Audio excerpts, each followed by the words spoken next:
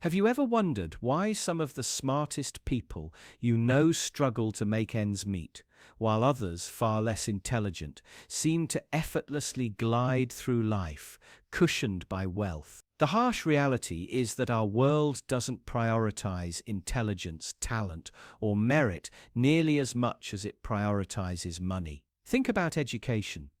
Intelligence should open doors, right? But from the earliest stages, it's wealth, not ability, that determines your starting line. The child born into privilege doesn't just receive better resources or more qualified teachers.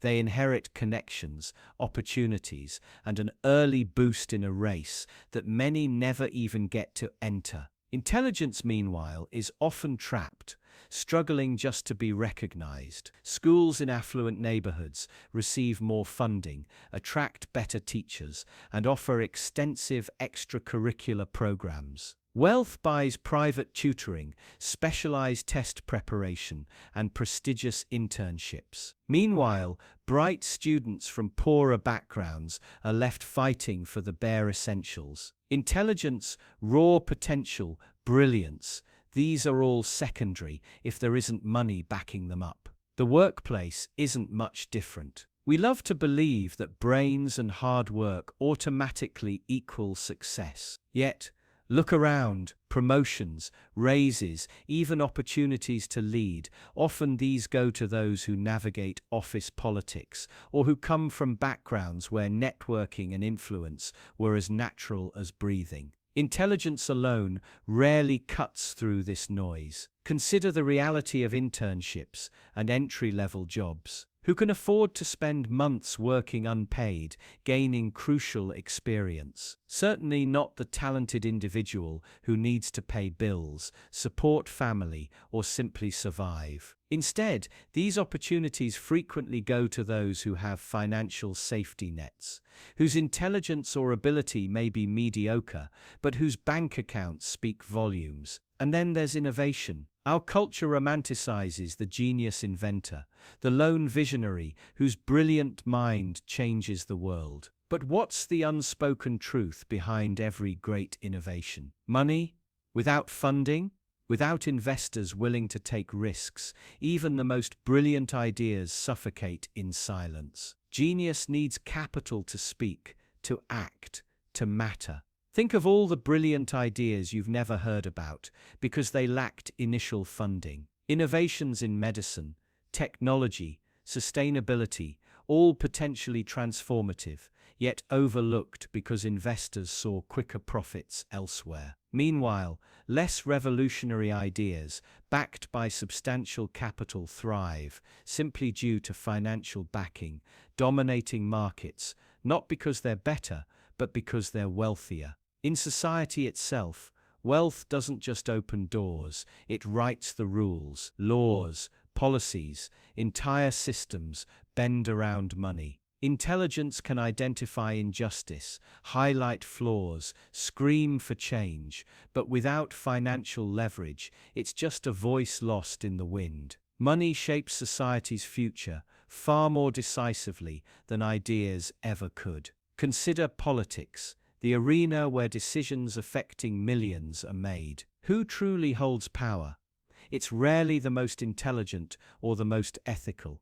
It's the richest. Campaigns run on money. Policies are influenced by lobbyists with deep pockets. The intelligent citizen, without financial backing, watches from the sidelines, their brilliance overshadowed by the brute force of wealth. Media, too, is dominated by financial power. Ideas gain traction, not because they're inherently valuable, but because someone with enough money decides they're worth attention. Intelligent, thoughtful commentary can easily be drowned out by louder, wealthier voices capable of buying airtime, manipulating public perception, and shaping narratives. Why is this disturbing? Because it reveals a truth we've long tried to ignore.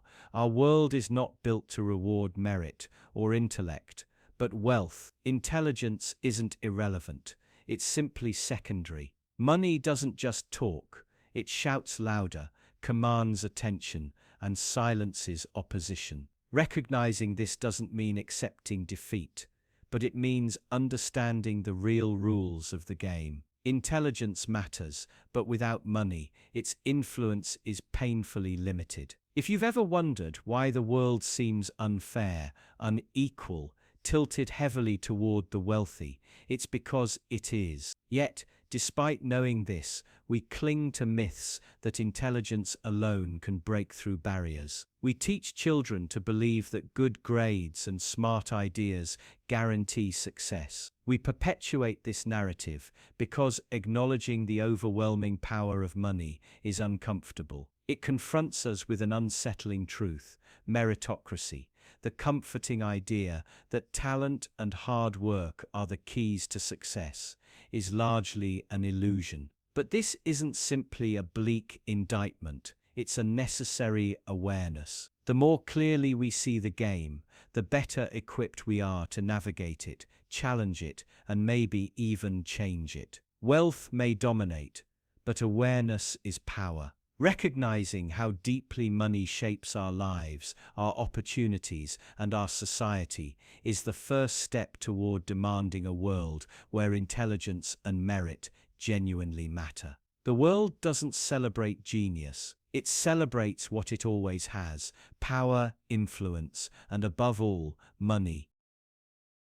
Have you ever noticed how often genuinely good people find themselves caught up in situations they never intended to be in, silenced, manipulated, or subtly controlled? It's unsettling to acknowledge. But the disturbing truth is that the kindness, empathy, and moral compass of good people often become their greatest vulnerabilities. Think about the qualities we associate with being good: compassion, empathy, generosity, a strong sense of duty. These virtues make societies thrive, communities flourish, and relationships meaningful. But they also create openings for manipulation. Why? Because manipulators thrive on trust. They exploit our best instincts, knowing precisely how to twist kindness into compliance. Take guilt, for example, one of the simplest yet most powerful tools of control. Good people naturally feel responsible for the well-being of others. When told their actions or lack thereof hurt someone, they reflexively internalize blame. Manipulators recognize this. They weaponize guilt, carefully turning acts of kindness into obligations and generosity into debt. Consider the subtle power dynamics in friendships, relationships, or even workplaces. Someone consistently goes above and beyond, not because they're weak, but precisely because they are good. They take on extra tasks, stay late, or sacrifice their own needs. Slowly, without realizing, their kindness shifts into expectation. Once generosity is normalized, it stops being appreciated and starts being demanded. Soon a good person finds themselves trapped by their own decency, guilted into maintaining behaviors that slowly erode their autonomy. Another vulnerability: empathy. Good people instinctively imagine themselves in the position of others, feeling their pain, understanding their struggles. This trait, essential for building trust and meaningful connections, also becomes a double-edged sword. Empathy makes it difficult to set boundaries because setting boundaries can feel harsh, even cruel. Manipulators exploit empathy by constantly presenting themselves as victims, needing rescue, assistance, or special consideration. Think about the parent who uses their child's empathy against them, the partner who constantly needs emotional reassurance, or the friend who relies excessively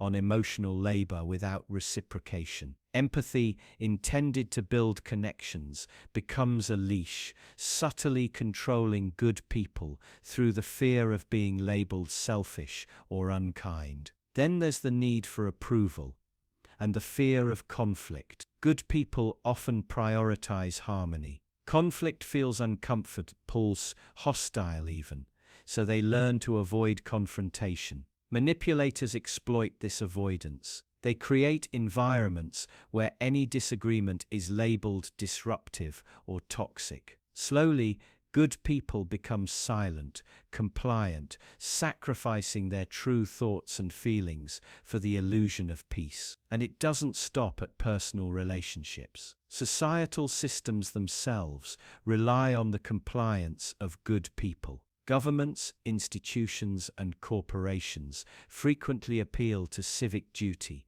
collective responsibility, and moral obligation to maintain control. Good citizens comply because they genuinely care about community, justice, and stability. But their goodness makes them less likely to question motives, challenge narratives, or demand transparency. They are obedient, not through coercion, but conviction. Even the language of morality is weaponized. Good people don't complain.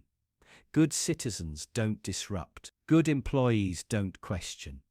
Such narratives subtly condition people to associate virtue with silence and obedience. To question authority or demand fairness becomes equated with selfishness, rebellion, or troublemaking. So why is recognizing this disturbing? Because it shatters the comforting illusion that goodness always leads to happiness or fairness. It reveals that society's moral structure, far from protecting good people, often leaves them vulnerable to manipulation. It challenges the reassuring notion that kindness, empathy, and generosity are always rewarded. In reality, they're frequently exploited. Yet, understanding this doesn't mean abandoning goodness or virtue. Instead, it calls for an essential shift.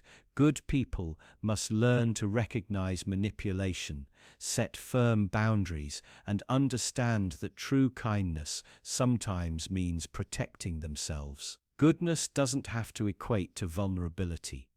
Awareness and strength must accompany compassion. Being good is admirable, essential even, but being good and aware is powerful. It's not enough to merely be virtuous. Good people must also be vigilant, ready to identify when their virtues are being twisted into tools of control. Only then can kindness remain what it was always meant to be, a strength, not a weakness. Have you ever stopped to wonder why you're always tired, not just physically tired after a long day, but mentally and emotionally exhausted in a way sleep never fully cures? This isn't an accident. It's not your fault, nor is it a sign of personal weakness. It's something deeper, intentional, and more insidious. The system itself thrives on your exhaustion. Look around. From the moment you wake, you're bombarded by a never-ending stream of demands, distractions, and obligations. Notifications scream for attention. Work tasks pile up endlessly, bills demand payment, and social pressures never let you pause. The world moves fast, deliberately too fast. Because when you're tired, truly worn down, you're less likely to question, less likely to resist, and more likely to accept whatever reality you're handed. Exhaustion isn't just an inconvenience, it's a powerful tool of control. When you're constantly overwhelmed, your ability to critically think or challenge authority diminishes. It's not that you're incapable, it's simply that you lack the energy to engage. Fatigue makes it difficult to think clearly, easier to accept simple answers, comforting lies, and shallow distractions. It turns you from an active participant into a passive observer, quietly accepting rather than actively shaping your life. Consider your typical workday. Most modern workplaces emphasize productivity above all else. You're rewarded not for efficiency, but for endurance, the ability to handle more work, more pressure, more stress. The mythical hustle culture glorifies exhaustion as a badge of honor. You're subtly trained to associate being overwhelmed with importance, dedication, and success. But ask yourself who truly benefits from this relentless pursuit. Certainly not you. Productivity has soared over the last decades, yet wages stagnate, benefits dwindle, and job security vanishes. The system extracts value from your exhaustion, channeling your effort upwards while leaving you depleted. And the cruelest part, you're told to be grateful for the privilege of working yourself into the ground. Beyond work, exhaustion is everywhere. The endless scroll of social media isn't designed for your relaxation or genuine connection. It's optimized to keep you emotionally drained, yet compulsively returning for more. Algorithms carefully calibrate your attention, knowing exactly when to deliver dopamine hits, outrage, and anxiety, keeping you in a perpetual state of reactive exhaustion. Then there's consumer culture, built on your fatigue.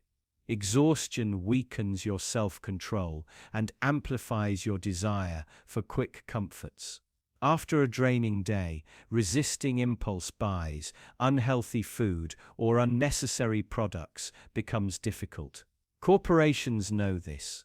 Your exhaustion fuels profits, quietly encouraging you to buy comfort, convenience, and distraction, further embedding you into the cycle of work, spend, consume, repeat.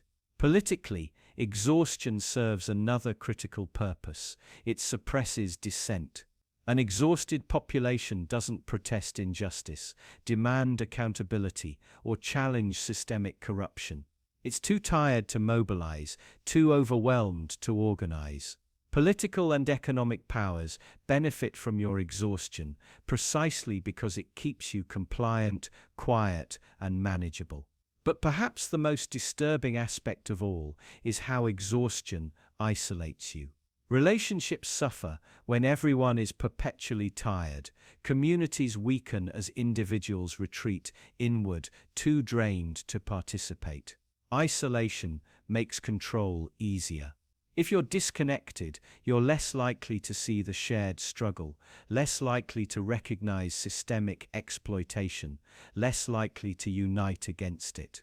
This system of exhaustion thrives because it's invisible, disguised as normal life. You're taught exhaustion is natural, unavoidable, even virtuous. But recognizing this manipulation is the first step towards reclaiming your power. Realize your exhaustion isn't a personal failing.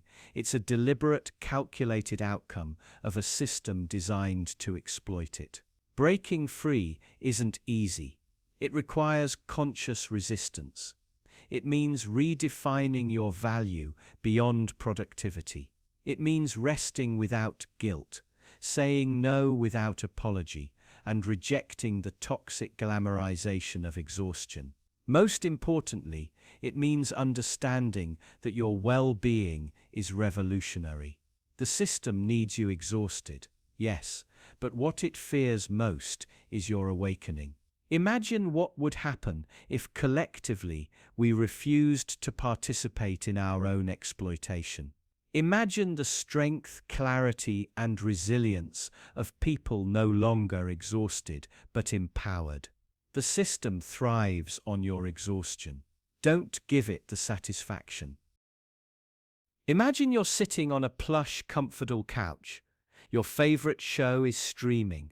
A delicious meal sits within arm's reach, and your worries feel distant, muffled by the gentle hum of contentment. Now ask yourself, why would you ever leave? Why question anything at all when comfort feels so good? Comfort isn't just pleasant, it's intoxicating. It soothes anxieties, numbs fears, and gently persuades you to accept things exactly as they are. But here's the unsettling truth. Comfort isn't just relaxation, it's a method of control. It's a velvet-lined trap, silently shaping your thoughts, limiting your actions, and subtly ensuring you stay exactly where the system wants you. Think about the ways society carefully designs comfort to keep you compliant. Your environment is crafted to minimize friction, maximize ease, and condition you to desire convenience above all else. Delivery services, streaming platforms, and smart devices promise effortless living. They seem harmless, even beneficial, but their true function is deeper. The more comfortable you become, the less likely you are to disrupt your own ease by asking uncomfortable questions or pursuing difficult truths. In a world obsessed with comfort, discomfort becomes suspicious. Challenges, risks, and uncertainties start to feel unnatural, even threatening. You're trained to fear disruption, to avoid inconvenience at all costs. Why protest injustice or seek personal growth when staying comfortable is so much simpler? And that's precisely the point. Comfort creates inertia. It keeps you passive, docile, and indifferent. You're less likely to question authority when your basic needs are met and exceeded. Governments, corporations, even social systems understand this implicitly. They provide just enough comfort to keep dissent at bay, ensuring you're satisfied enough not to complain, but never empowered enough to demand more. Consider modern entertainment, endless content, instantly available, meticulously tailored to your preferences. It's comfort so finely tuned that it creates dependency. Hours vanish, scrolling through social media or binge-watching shows, pleasant diversions designed not just to entertain, but to distract. The real world, with its complicated issues and uncomfortable truths, fades away, replaced by an artificial paradise built from pixels and dopamine hits. Your reliance on comfort extends into your professional life as well. The illusion of stability, regular paychecks, predictable routines, and minor workplace perks becomes enough to keep you locked in place. Employers know comfort discourages rebellion. Why risk losing stability to demand better wages, fairer treatment, or more meaningful work when comfort whispers, "This is good enough"? Politically, comfort is even more effective. Comfortable citizens don't question systems or challenge power structures. As long as basic comforts, housing, entertainment, minor luxuries are accessible, public outrage is muted and genuine change stalls. Why fight corruption or inequality if your own personal comfort remains untouched? But comfort doesn't just pacify, it isolates. It turns inward, fostering individual satisfaction over collective progress. Community action feels unnecessary when your personal needs are consistently met. This isolation weakens social bonds, making collective resistance impossible. Comfort becomes your cage, soft, appealing, but still a cage. The insidious nature of comfort is precisely why it's the best form of control. Unlike fear, which provokes immediate resistance, comfort is willingly embraced. You don't fight against it, you seek it out, invest in it, defend it. The chains of comfort feel good, even desirable. Breaking free from them seems irrational. Yet, real growth, both personal and societal, requires discomfort. Change demands disruption, struggle, and risk. Comfort may shield you temporarily, but it also restricts your potential, numbing you to your own power and possibilities. Recognizing this isn't easy. It requires looking critically at your own desires, questioning what you've been conditioned to crave. It demands confronting the fact that true comfort, meaningful comfort, isn't about effortless ease, it's about freedom, autonomy, and authentic self-determination. Comfort, in its truest form, should empower you, not entrap you. Ask yourself, is your comfort making you stronger, wiser, freer, or is it quietly controlling you? ensuring your compliance and limiting your potential. Breaking the spell of comfort doesn't mean embracing endless suffering. It means reclaiming comfort on your terms, comfort that uplifts, strengthens, and genuinely fulfills. Realize that your craving for ease is natural, but allowing it to control you is not. Don't confuse comfort with freedom. They are not the same. One offers temporary relief, the other genuine liberation. Understand the difference, reclaim your autonomy, and redefine comfort in a way that frees you rather than confines you. Let me tell you a story, not about someone else, but about you. Imagine waking up tomorrow morning and deciding to face every truth about your life head on. Every insecurity, every unfulfilled dream, every painful compromise. How comfortable would you be? How well would you function? Probably not very. Because our world isn't designed to reward honesty. It thrives when you lie to others, sure, but especially to yourself. You're rewarded, subtly but powerfully, every time you look away from uncomfortable truths. Each time you reassure yourself that things are fine when they clearly aren't, the system reinforces your self-deception.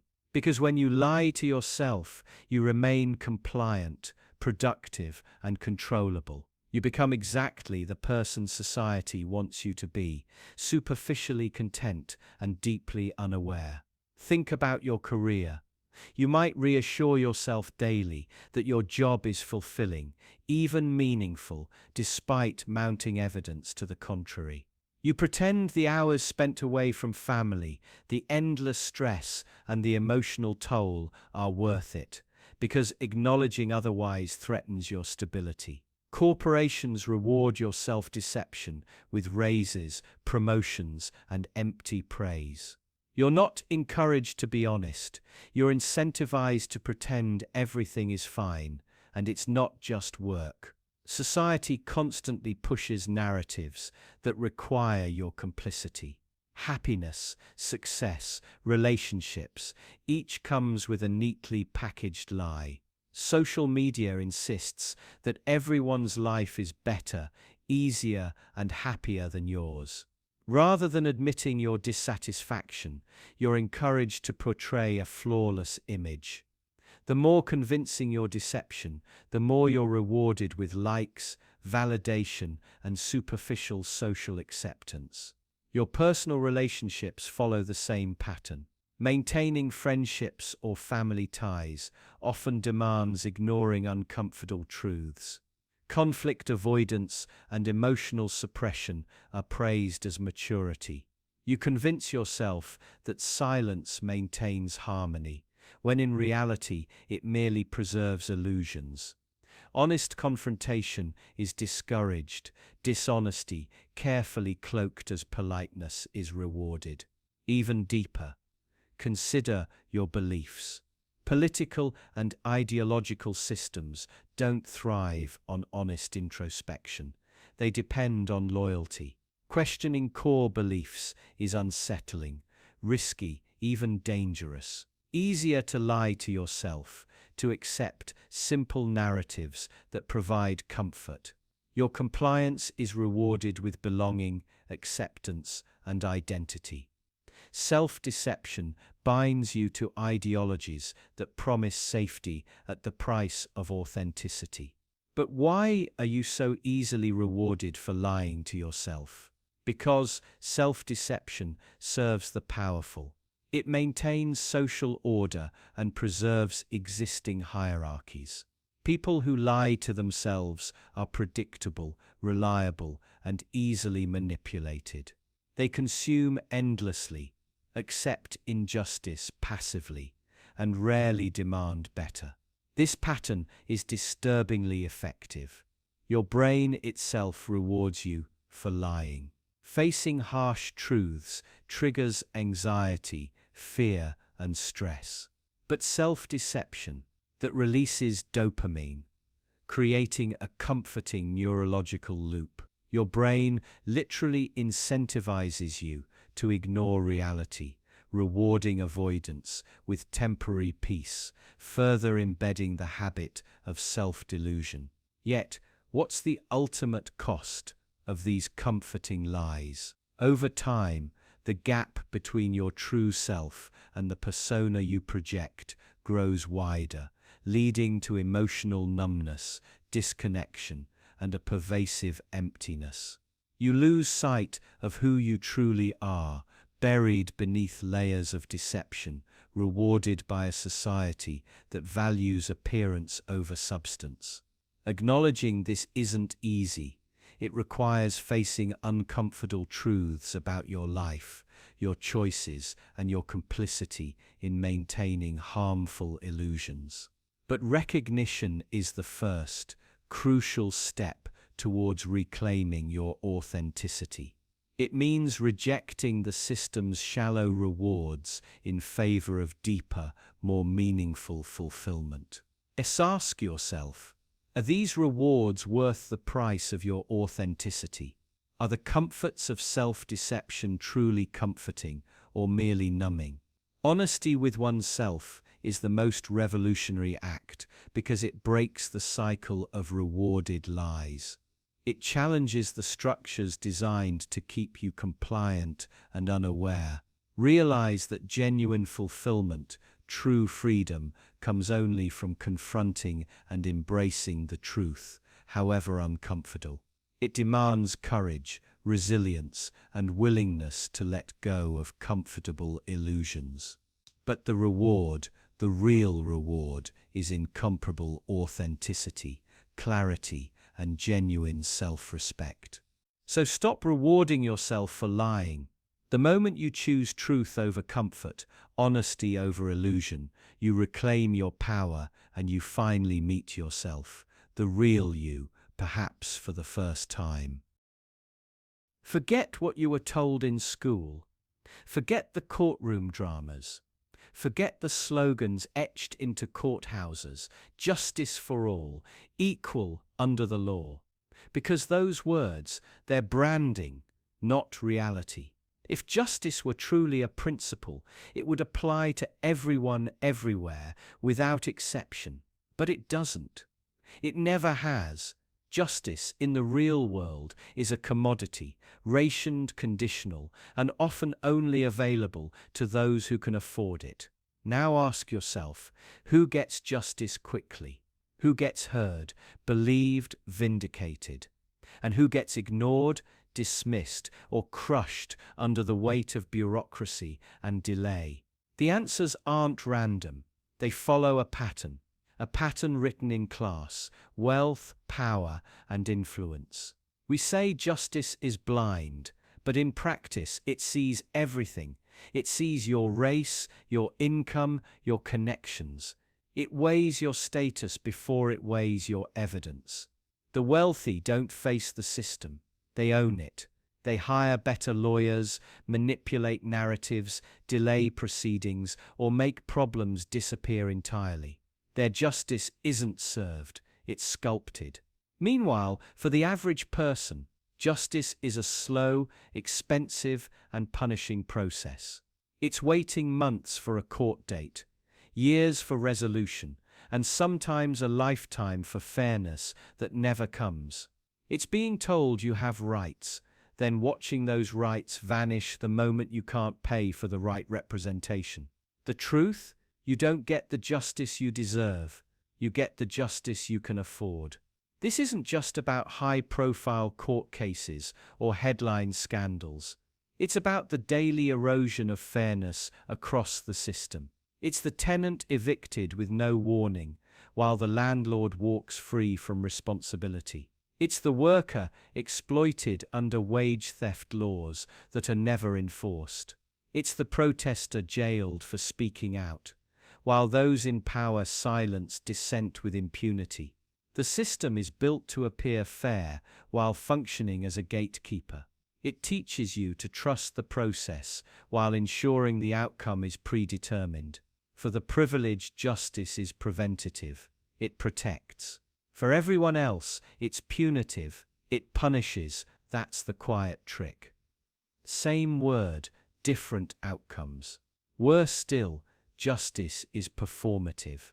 Governments and institutions love showcasing it when it's convenient, when it suits public relations, when it distracts from deeper rot. A symbolic arrest here, a public trial there. But behind the curtain, the rules bend for those who write them. Justice becomes a spectacle, a way to sell stability, not deliver it. And if you dare to demand fairness, to challenge the imbalance, you're told to be patient, civil, respectful of the system that ignores you. You're warned not to get angry, not to disrupt, not to protest too loudly.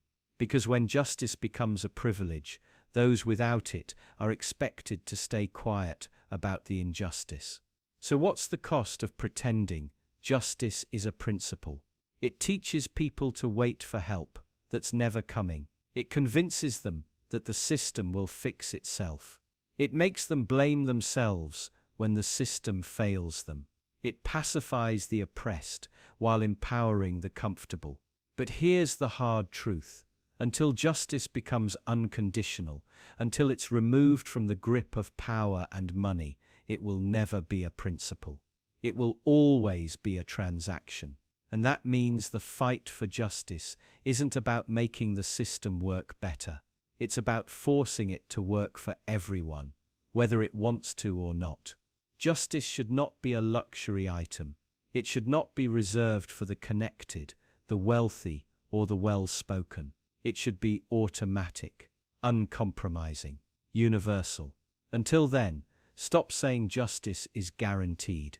Say what it really is, a privilege distributed by design, not a principle upheld by default. Only then can we begin to fix it. You want to understand how a system really works? Don't start with the laws, don't start with the speeches or the mission statements. Start with the cash flow. Who's getting paid? How are they getting paid? And what behavior makes them the most money? Because when you follow the money, one truth becomes impossible to ignore. Punishment pays. Prevention doesn't. Think about prisons, not as moral institutions, not as centers for rehabilitation, but as businesses, because that's what they are. Private prisons, prison contractors, surveillance companies, phone service vendors, they all turn a profit off incarceration. Every new inmate is a new revenue stream. Every extended sentence means another month of billing. The longer people stay trapped, the better the margins. Now ask yourself, where's the money in prevention? Where's the incentive to stop crime before it happens? To invest in mental health care, addiction support, education, community programs? There isn't one. Not really, because prevention costs money up front. And worse, it reduces future profit by reducing future crime. If people get healthy, supported, stable, they stop feeding the punishment machine. It's not just prisons, fines, fees, citations. They're all revenue tools. Cities depend on them. Police departments get budget increases, not from solving problems, but from issuing more tickets, making more arrests, generating more income. It's why low-level offenses are over-policed. It's why broken windows theory became policy, because punishing the poor is a business model. Prevention doesn't pay. Policing poverty does. And once you're in the system, every step is monetized. Court fees, probation charges, drug tests, classes, an endless stream of requirements, each with a price tag. Miss one payment, more punishment, more profit. The cycle continues. Now zoom out. What if healthcare worked this way? What if doctors made the most money by letting you get sick instead of keeping you well? Oh wait, they often do. Chronic illness, not prevention, drives pharmaceutical sales. Emergency care, not primary care, brings in the big dollars. Again, punishment for neglect is profitable, preventing the need in the first place. Not so much. The truth is simple, but devastating. Our systems are reactive by design. They don't aim to reduce suffering. They aim to manage it for profit. Prevention removes future customers. Punishment creates repeat business. That's why schools are defunded while jails expand. That's why crisis hotlines close while surveillance budgets rise. That's why society treats symptoms but ignores root causes. There's no economic incentive to build a world where fewer people need help, fewer people fall, fewer people break. Because if fewer people fall apart, there's less to punish. And if there's less to punish, there's less to monetize. So what does that mean for you? It means when something goes wrong in your life, when you struggle, when you break down, when you reach out, you're entering a system that doesn't want to stop the pain. It wants to manage your pain just enough to profit from it. You're not a person in need, you're a potential revenue stream. It also means real solutions won't come from the top down, because the top is getting paid to keep things broken. Prevention requires long-term thinking, care, investment, and a willingness to lose short-term profit. And those in power, they're not in the business of losing profit. If you want prevention to matter, you have to make it matter. You have to see where the money flows, where it stagnates, and who benefits from the pain continuing. You have to understand that systems don't operate on morality. They operate on margins. Punishment is more profitable than prevention. And that's why you keep seeing the same problems, year after year, generation after generation, because someone, somewhere, is cashing in on your suffering. That cycle doesn't break until we stop rewarding pain and start investing in prevention. Not because it's profitable, but because it's right. Not all transactions happen with cash. In fact, the most dangerous ones don't. You think being bought means signing a contract or getting a big payout. But in the real world, selling out doesn't come with a receipt. It's subtle, incremental, invisible. You don't wake up one day and say, "I've been bought." It happens piece by piece while you tell yourself you're just doing what makes sense. What's practical? What's safe? You get bought the moment you start silencing yourself in exchange for acceptance. The moment you dial back your opinions so you don't make waves at work. The moment you bite your tongue because being agreeable is more convenient than being honest. Every time you trade authenticity for comfort, you're making a deal, even if you don't realize it. It happens in careers. You start with values. You want to do good work, meaningful work, but the job pays well. The benefits are good, and slowly you shift. You stop questioning decisions. You stop challenging systems. You stop caring about the mission and start protecting the paycheck. You tell yourself it's temporary, it's necessary, but one day you look up and the person you were is gone, replaced by someone who's paid just enough to keep quiet. It happens in relationships. You adjust who you are to avoid conflict. You perform roles that aren't true just to maintain peace. You hide opinions, stifle dreams, censor truths, not because someone forced you, but because slowly you learned it was easier. You didn't get bought with money. You got bought with emotional security. It happens in society too. You adapt your public face to match the group. You play along with narratives you don't fully believe. You share opinions that aren't quite yours to avoid backlash. Likes, shares, approval, they become currency. And every time you compromise just a little for that social dopamine hit, you trade freedom for favor. This is how the system works. It doesn't need to coerce you, it just needs to reward compliance. A promotion here, a compliment there, a raise, a retweet, a pat on the head. Tiny reinforcements that shape you more effectively than any threat ever could. And it's not just external rewards, your brain joins in. Every time you avoid conflict, you feel relief. Every time you blend in, you get a hit of safety. That emotional comfort becomes addictive. You don't need to be told what to do. You start doing it to yourself, voluntarily, eagerly. But here's the catch. Every transaction, no matter how small, leaves a mark. A part of you gets chipped away until you can't quite remember what your uncensored self sounded like. Until your beliefs aren't something you hold, they're something you've negotiated down. So ask yourself, what's your price? What would it take for you to trade truth for peace, conviction for comfort? If you're not careful, it won't be some big moment of selling out. It'll be 1,000 tiny compromises you never even noticed. This isn't a call for recklessness or defiance for its own sake. It's a call for awareness. Integrity doesn't disappear overnight. It gets worn down by convenience, shaped by fear, and bought by comfort. You can be bought without realizing it, but you can also wake up before the deal is done. Start paying attention. What are you trading? Who benefits? And what's it costing you to be accepted? Because sometimes the highest cost isn't paid in dollars. It's paid in silence, in surrender, and in the slow erosion of who you were meant to be.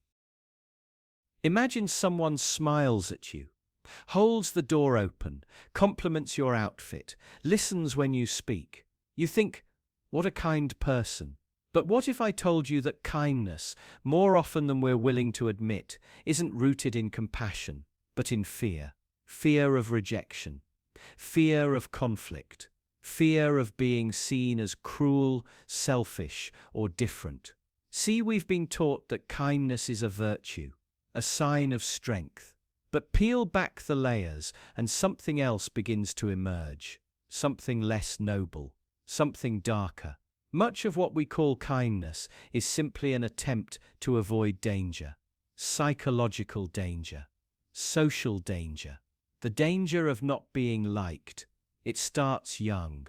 You learn to be polite not because you understand empathy, but because you fear punishment. You learn to smile not because you feel joy, but because you sense that frowning invites questions. You learn to help others because not helping makes you feel wrong, guilty, exposed. And that guilt, it's not empathy. It's fear wearing a friendly mask. Fear that if you say no, people will leave you. Fear that if you're honest, you'll be judged. Fear that if you stand up for yourself, you'll be labeled difficult, or worse, mean, so you comply. You soften your tone. You swallow your opinions. You help when you're depleted. You give when it hurts. And all the while, you're praised for your kindness. But inside, you're slowly disappearing. Because what people are really praising isn't your virtue. It's your obedience, your reliability, your silence, your predictability. Kindness becomes the armor you wear to avoid confrontation, the shield that hides your anger, your sadness, your truth. You don't want to rock the boat. You don't want to cause waves. So you smile, nod, say no problem, even when it is a problem, and you're rewarded for it, with approval, with acceptance, with the temporary comfort of being liked. But that comfort is hollow, because deep down you know it's conditional. You know your place in people's lives depends on your performance, on how well you play the role of the agreeable, helpful, pleasant one. And you feel it when you try to stop. The moment you set a boundary, the moment you say no, the moment you act in your own interest, something shifts. The praise fades. The warmth cools. People begin to question your character.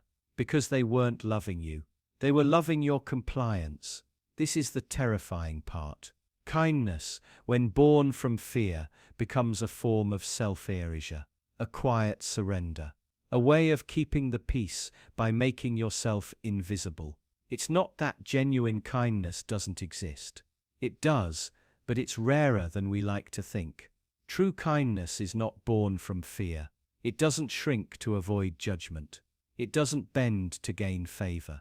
True kindness has teeth. It has strength. It says no when it needs to. It risks being disliked in order to be honest. It chooses truth over harmony, integrity over comfort. And most of what we call kindness, it's the opposite. It's self-preservation masquerading as virtue. It's the fear of being unloved, disguised as compassion. It's the desperate need to belong, dressed up as empathy. We live in a world that rewards appearance over authenticity. That praises those who go along, stay quiet, do what's expected.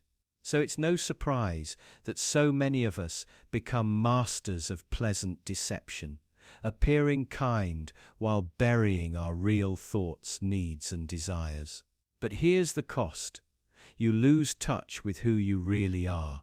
You become so practiced at pleasing others that you forget what you want, what you believe, what you feel. Your own voice becomes faint, muffled by the constant performance of politeness. And eventually, you begin to wonder, if people like me, but they don't know the real me, do they like me at all? You start to see that your kindness hasn't protected you. It's imprisoned you. Because kindness rooted in fear doesn't lead to connection. It leads to resentment, to burnout, to isolation behind a smile. So the question becomes, what if you stopped? What if you chose honesty over niceness? What if you let go of the need to be liked and embraced the risk of being real? It would be terrifying and freeing, and maybe for the first time, your kindness would mean something. Because it wouldn't be a mask, it would be a choice. And that, more than anything, is what separates fear from love. One is reactive, the other intentional. Fear performs, love acts. So the next time you find yourself being kind, ask yourself, am I doing this out of compassion or out of fear? Imagine walking into a grand hall, not a courtroom, not a parliament, something older, richer, hidden, a place where decisions are made before the public ever hears about them, where power is not debated, it's enforced. And here's the unsettling truth. You don't get to vote on anything that really matters. You were told power is democratic, that the people rule, that votes shape history. But think about it. How often does your vote actually change the outcome? How often are you offered a real choice? Not two sides of the same coin, but actual divergence. Rarely, because real power doesn't ask for permission. It doesn't campaign. It doesn't need your approval. Real power is inherited, bought, maneuvered into place like chess pieces, decades in advance. It operates in boardrooms, think tanks, private dinners behind closed doors. It trades in secrets, not slogans, influence, not ideology. You don't elect billionaires. You don't elect hedge funds. You don't elect the corporations that write legislation before politicians even see it.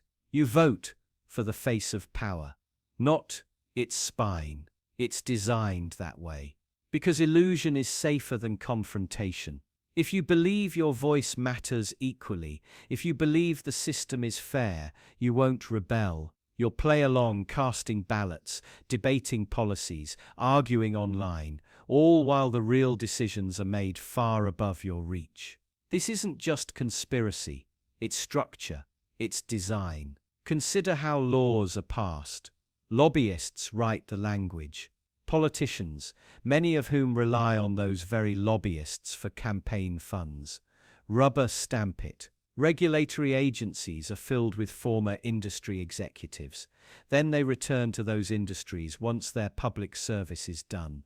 It's a revolving door, and you are never invited inside. Look at wealth. The people with the most influence are those with the most capital.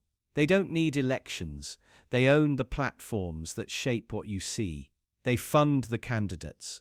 They bankroll the media narratives. And if an outsider threatens that order, They don't need to be voted out.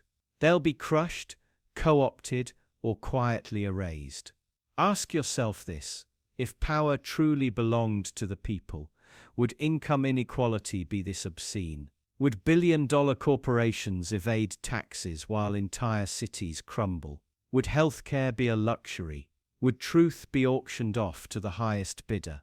Real power doesn't defend itself in public debates. It doesn't need to. It's protected by layers: media, money, myth. You're given just enough agency to feel involved, never enough to truly disrupt. Even protest becomes part of the illusion.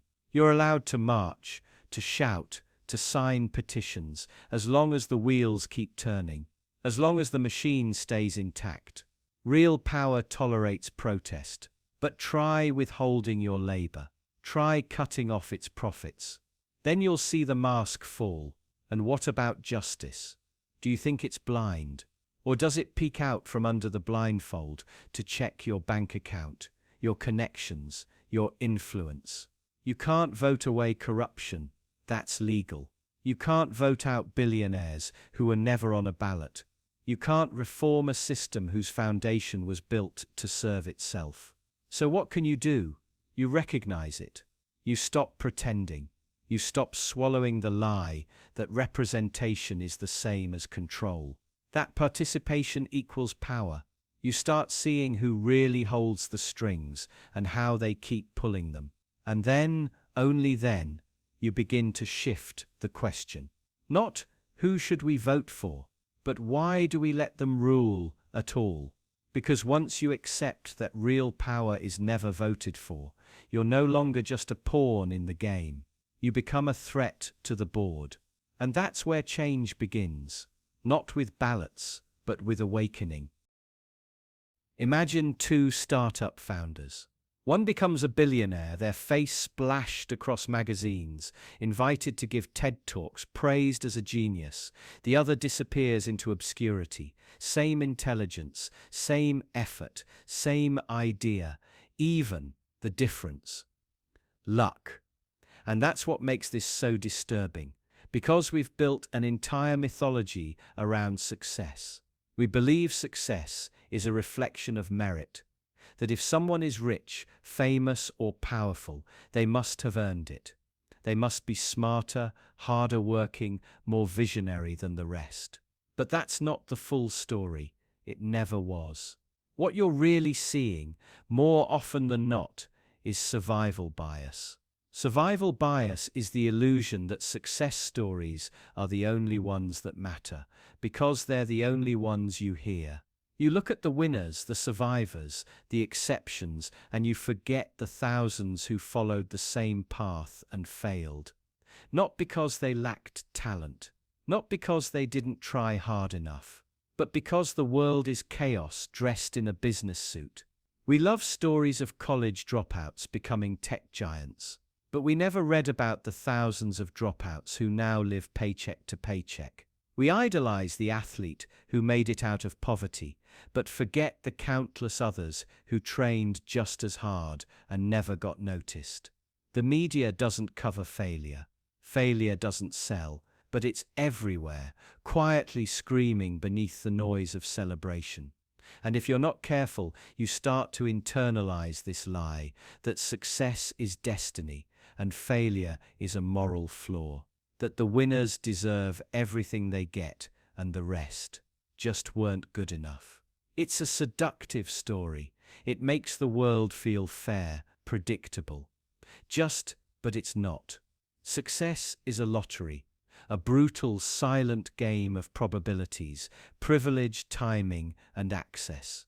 Hard work plays a role, but luck plays a louder one. This is what survival bias hides.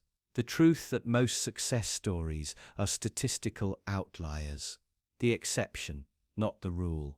When we study the successful, we only analyze the visible tip of the iceberg. We forget the sunken mass beneath the surface, the failures, the broken, the overlooked. It's not just misleading, it's dangerous. Because when you believe success is always earned, you become cruel. You begin to despise the struggling. You blame them. You call them lazy, undisciplined, unworthy. And worst of all, you apply that same venom inward. Every missed opportunity becomes your fault. Every failure, a personal indictment. Survival bias doesn't just distort how we view others, it poisons how we see ourselves. And then there's the institutions, the systems. They thrive on survival bias. They promote a few stories of triumph to justify the exploitation of millions. Look, they say, he made it. You can too. It's the ultimate distraction. Convince people the game is fair and they'll keep playing it, no matter how rigged it is. Even in education, we praise the school that produced a Nobel laureate, but ignore the thousands of other students it failed. In business, we celebrate the CEO who turned a garage into a corporation, but erase the years of unpaid labor, inherited wealth, or insider connections that made it possible. The myth of meritocracy keeps us compliant. It convinces us that success is just a matter of trying hard enough, that if we just believe, grind, and sacrifice, we'll be rewarded. But meritocracy without equal opportunity is a lie, a comforting lie, and survival bias is what keeps it alive. So what does this mean for you? It means you need to stop comparing your backstage to someone else's highlight reel. It means questioning every story that makes success sound inevitable. It means remembering that for every shining star, there are galaxies of talent that never got their light. It means having compassion for others and for yourself. Because maybe you didn't fail, maybe you just didn't get lucky, and maybe that's the most honest, most human truth there is. Success isn't a mirror of your worth. It's a ghost story told by the few who made it out alive. And survival bias is the haunting silence of those who didn't. Imagine waking up, groggy, grabbing your phone, and scrolling through headlines. A fire in a distant city, a murder in a quiet suburb, a scandal rocking a political party. It feels urgent, important, like the world is unraveling and you must stay tuned just to survive it. But here's the question no one wants you to ask. Is this information, or is it bait? We like to believe that the news exists to inform us, to keep us educated, prepared, aware, but that's the illusion. That's the trick. The disturbing truth, the primary purpose of modern news isn't to inform you, it's to keep you watching. Think about the structure of most news. Breaking updates, red banners, urgent music, endless loops of the same footage, the same talking points, the same fear-stoking language. That's not information architecture. That's psychological engineering. News outlets are businesses. They don't sell facts. They sell your attention. And the more anxious, outraged, or afraid you are, the longer you stay glued to the screen. Fear boosts ratings. Outrage drives clicks. Confusion increases engagement. This isn't an accident. It's design. Notice what's rarely reported. Progress, nuance, calm resolution. Those don't sell. Those don't make you scroll. What does? Crisis, division, sensationalism. The world isn't necessarily getting worse. It's just being curated to seem that way. And this curation creates a distorted mirror. You don't see the world as it is. You see the world as the algorithm wants you to see it. Think about how this affects you. Every day, you're absorbing stories that make you feel powerless, enraged, and perpetually on edge. And every time you react, comment, share, click, you're not resisting the system, you're feeding it. The media cycle isn't built for clarity, it's built for addiction. The endless scroll, the just one more video, the autoplay that pulls you deeper. These aren't tools of education. They're mechanisms of retention. The more time you spend consuming, the more ads you see, the more data they collect, the more money they make. That's the real economy of modern news. Your emotional volatility converted into corporate profit. And the most insidious part, the illusion of choice. You think you're choosing what to watch. In reality, the algorithm chooses for you, learning what keeps you angry, what keeps you scared, and what keeps you watching. You're not informed. You're conditioned. Conditioned to fear your neighbor. Conditioned to distrust anyone who thinks differently.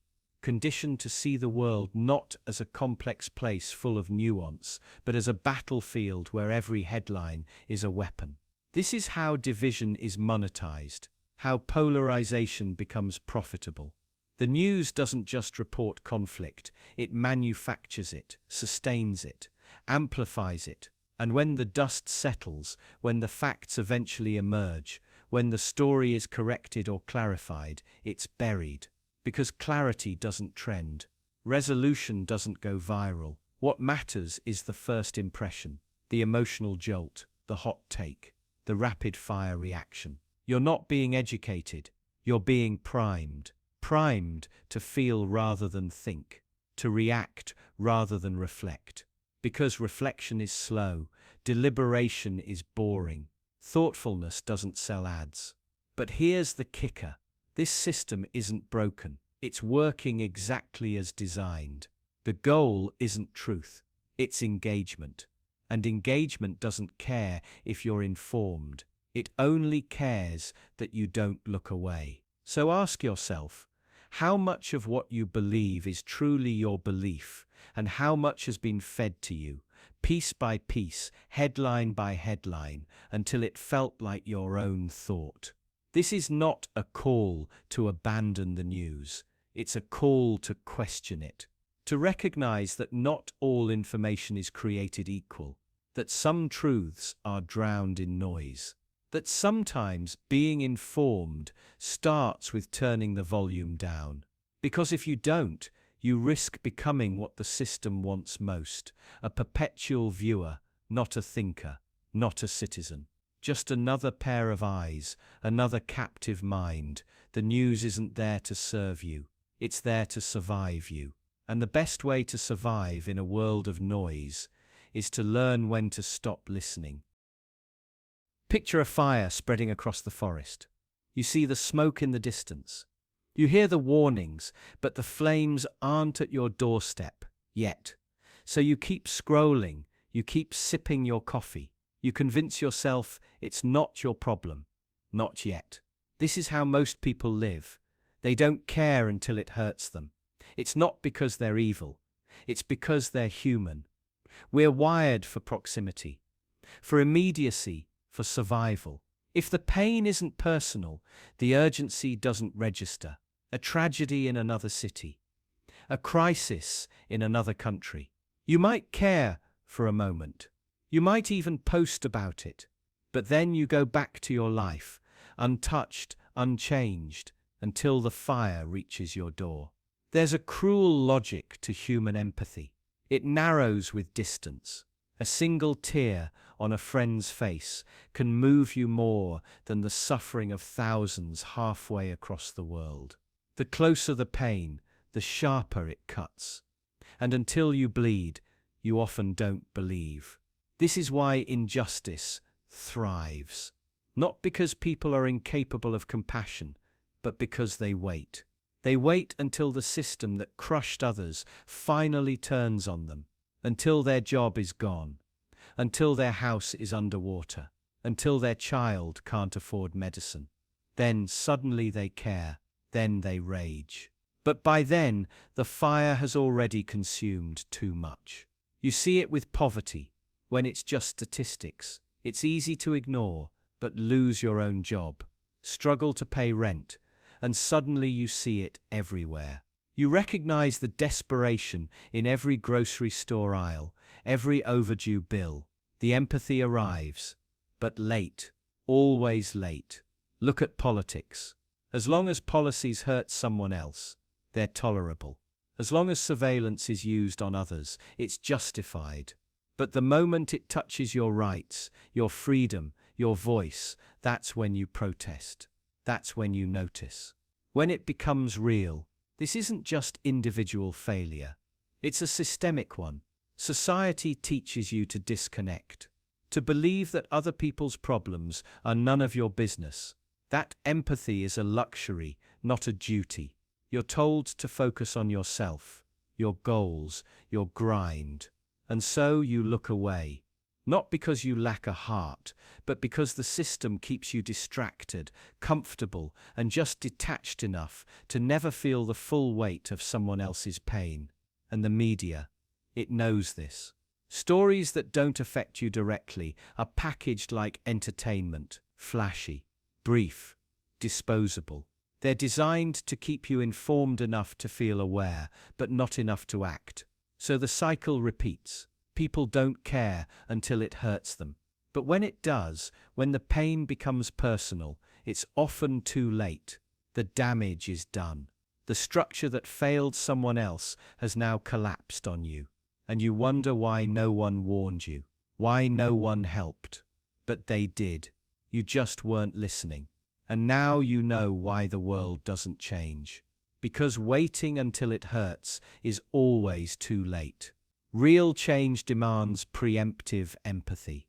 It demands that you care before you're forced to, that you listen when it's not your voice being silenced, that you fight when it's not your fight, because eventually it will be.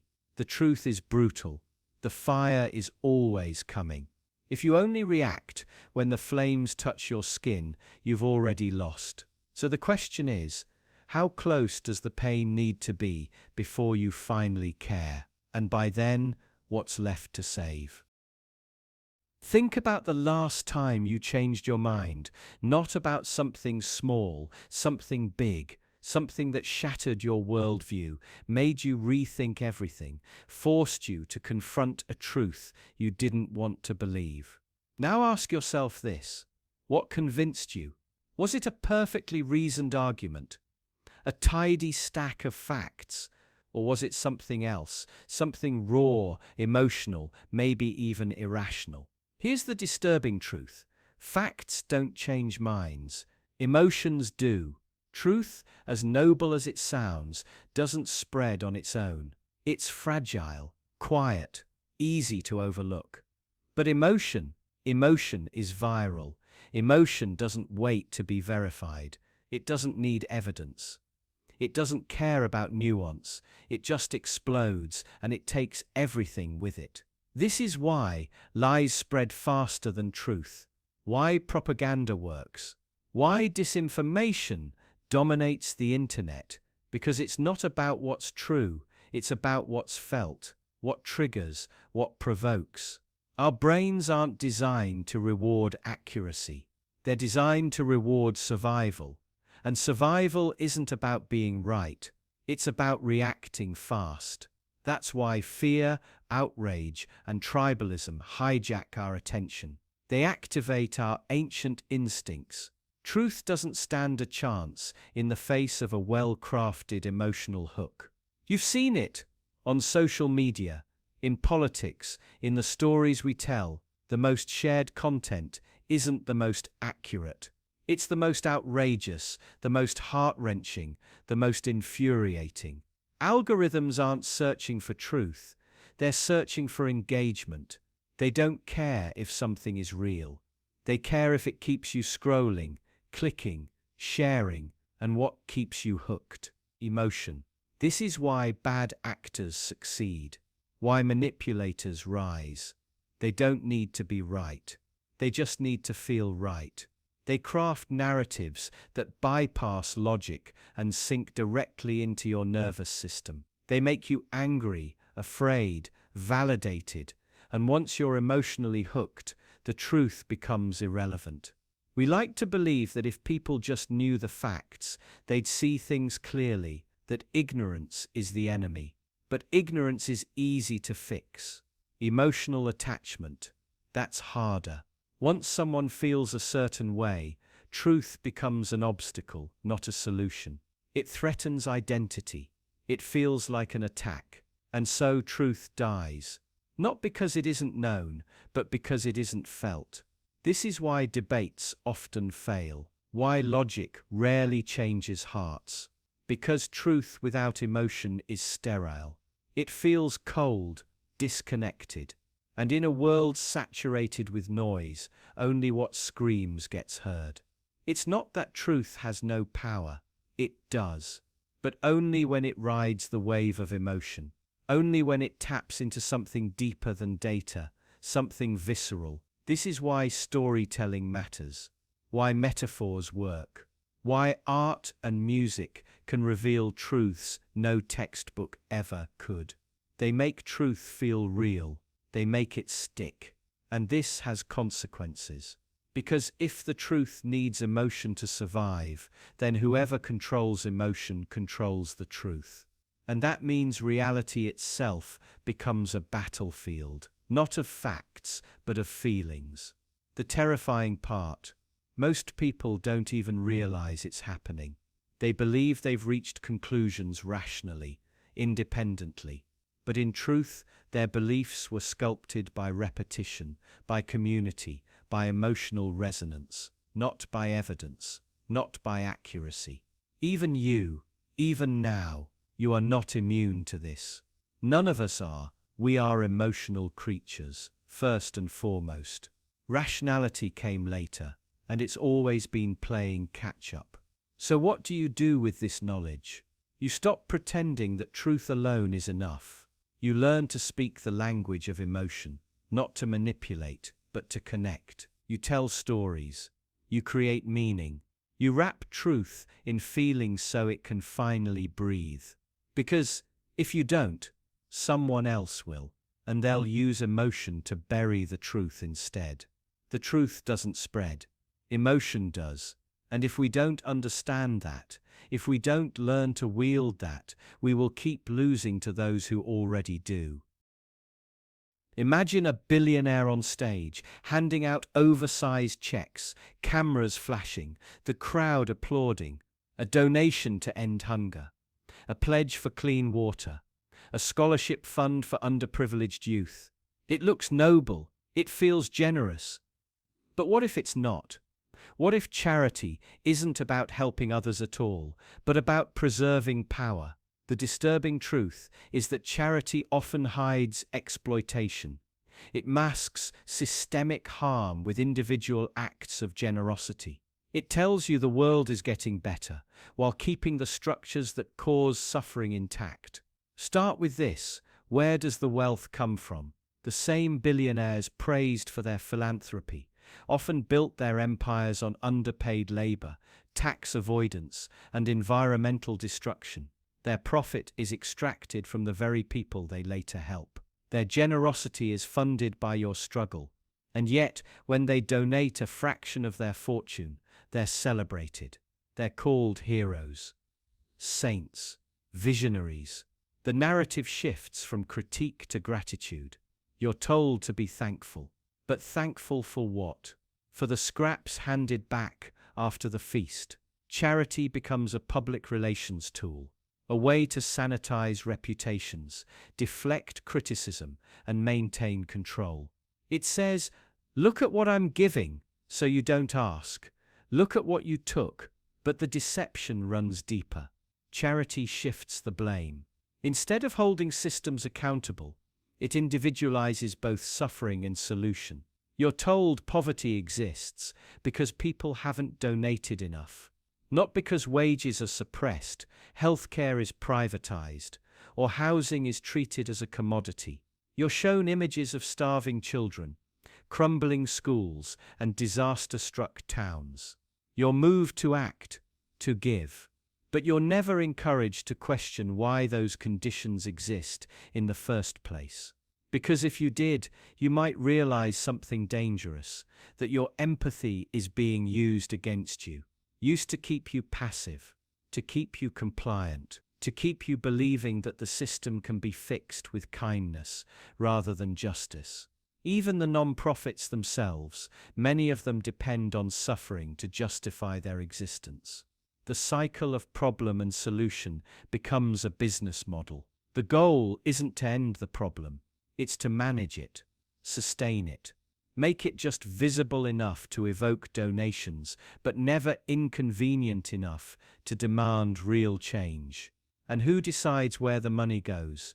Not the people affected, not the communities struggling, but boards of directors, executives, outsiders who parachute in with plans and solutions that often ignore context, culture, or history. This isn't empowerment. It's control wrapped in compassion. It's a way to maintain hierarchy while appearing benevolent, and it works because it feels good. Giving feels good, helping feels good, and the system knows that. So you're encouraged to donate, to volunteer, to participate in charity drives. All the while, the root causes remain untouched. The machine keeps turning, inequality deepens, and you keep believing you're making a difference. But here's the hard truth. Charity is not justice. Justice is fair wages, universal healthcare, access to education, clean air and water for everyone, not just those lucky enough to be noticed. Justice doesn't ask for donations. It demands accountability. And that makes people uncomfortable.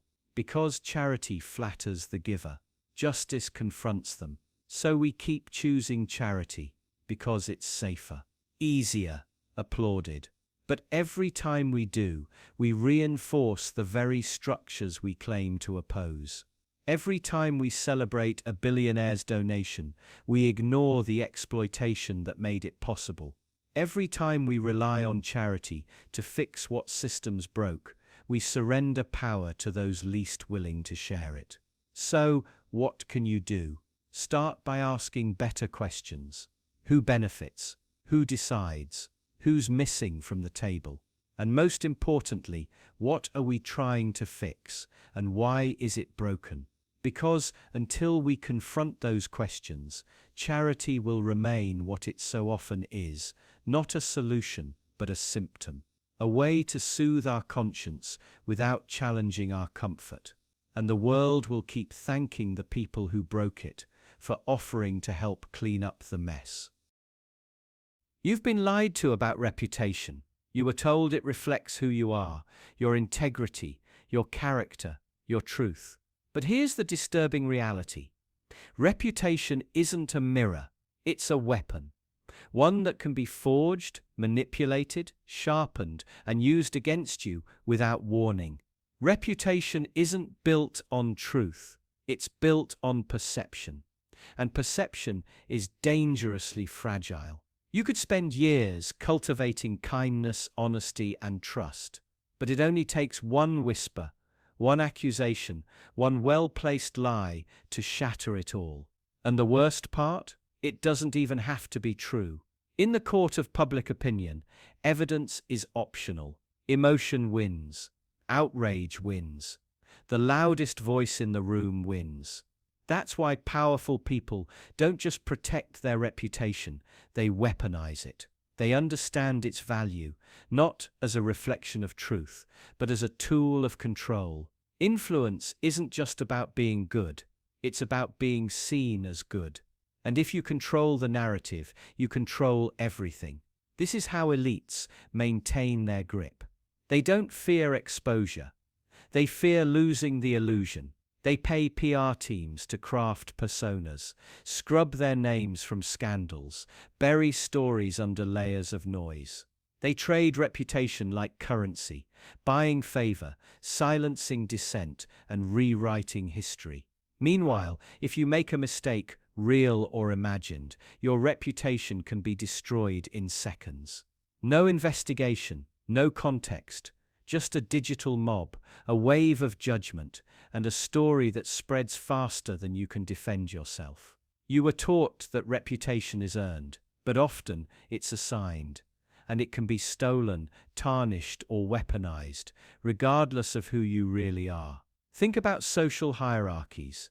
In school, in work, in politics. Reputation determines your access to opportunity, respect, safety. It shapes how you're treated long before your words are ever heard. People don't engage with your reality, they engage with your image. And those who understand this game use it to dominate. Smear campaigns, character assassinations, strategic praise, selective silence. These aren't outliers, they're standard tactics in a world where optics matter more than substance. Even in personal relationships, reputation is a form of leverage. People exaggerate their virtues, hide their flaws, curate every detail of their identity, because they know that being seen a certain way can unlock doors, and being seen the wrong way can slam them shut.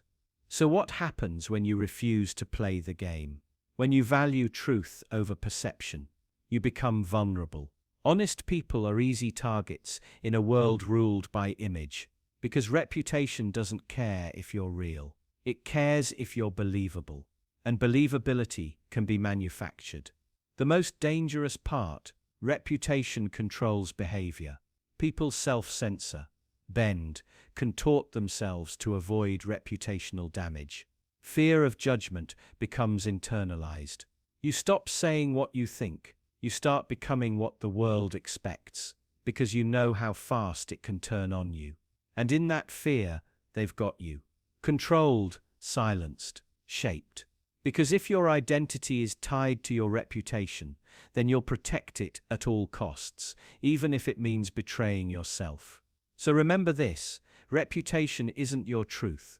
It's a mask, forged by others, worn for survival. It can be used to uplift or to destroy. And those in power don't wear it honestly. They wield it like a blade. Reputation is not a reflection of who you are. It's a reflection of who the world needs you to be. And the more you understand that, the harder you become to control. Picture two people in a room. One speaks with ease, makes eye contact, gestures boldly. Their words flow like they've rehearsed them 1,000 times, even if they haven't. The other stumbles, hesitates, second guesses. Their voice cracks, their points trail off. But here's the twist. The second person is an expert. The first, just really good at sounding like one. And yet, who do we believe? Confidence, not competence. That's the uncomfortable truth. We're wired to trust the person who looks like they know what they're doing, even if they don't. It's not about facts, it's about vibes. Authority is performed, not proven. And the world rewards those who play the part. Think about job interviews. The room isn't designed to test your ability to do the job. It's designed to test how well you can present yourself under pressure.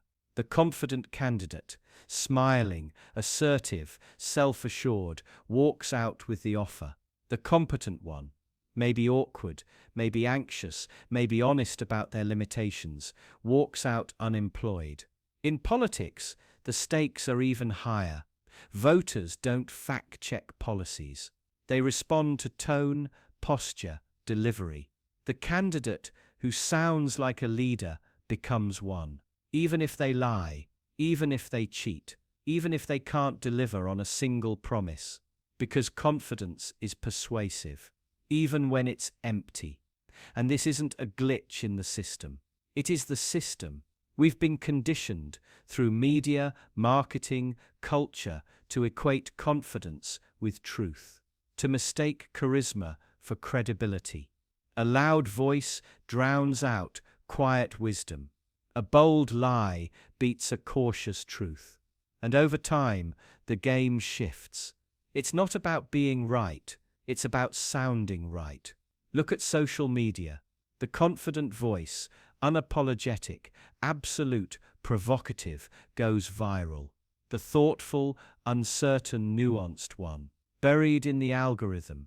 We reward conviction, not contemplation, certainty, not curiosity.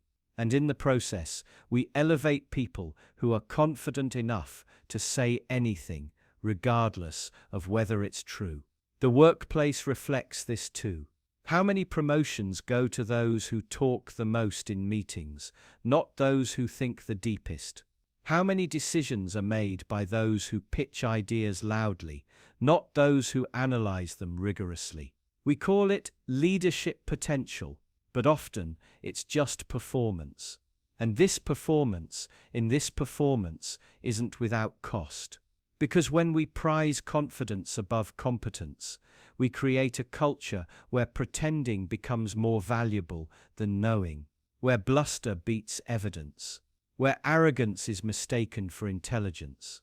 And those who are cautious, reflective, self-critical, often the most competent of all, get sidelined, dismissed, ignored.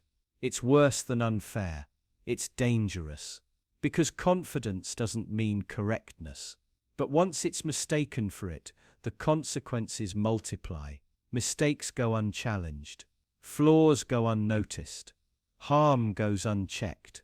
And those with actual skill are silenced under the roar of the self-assured.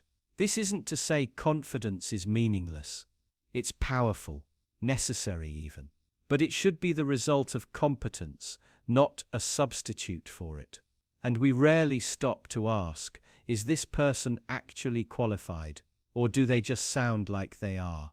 The sad irony: competent people are often less confident, not because they're less capable, but because they know more. They understand complexity. They grasp uncertainty. They know what they don't know. And that humility makes them hesitate. Meanwhile, the truly ignorant are often the loudest, their certainty unburdened by depth. This is the Dunning-Kruger effect in action. The less someone knows, the more confident they tend to be. And the more someone knows, the more aware they are of their limitations. But we reward the wrong end of that spectrum. So what do? We learn to question confidence. We dig deeper. We stop assuming that presence equals mastery. And we start listening for substance, not just style. Because if we don't, we'll keep choosing the loudest voice in the room, while the most capable one stays silent in the corner. Confidence is compelling, but competence is what actually holds the world together.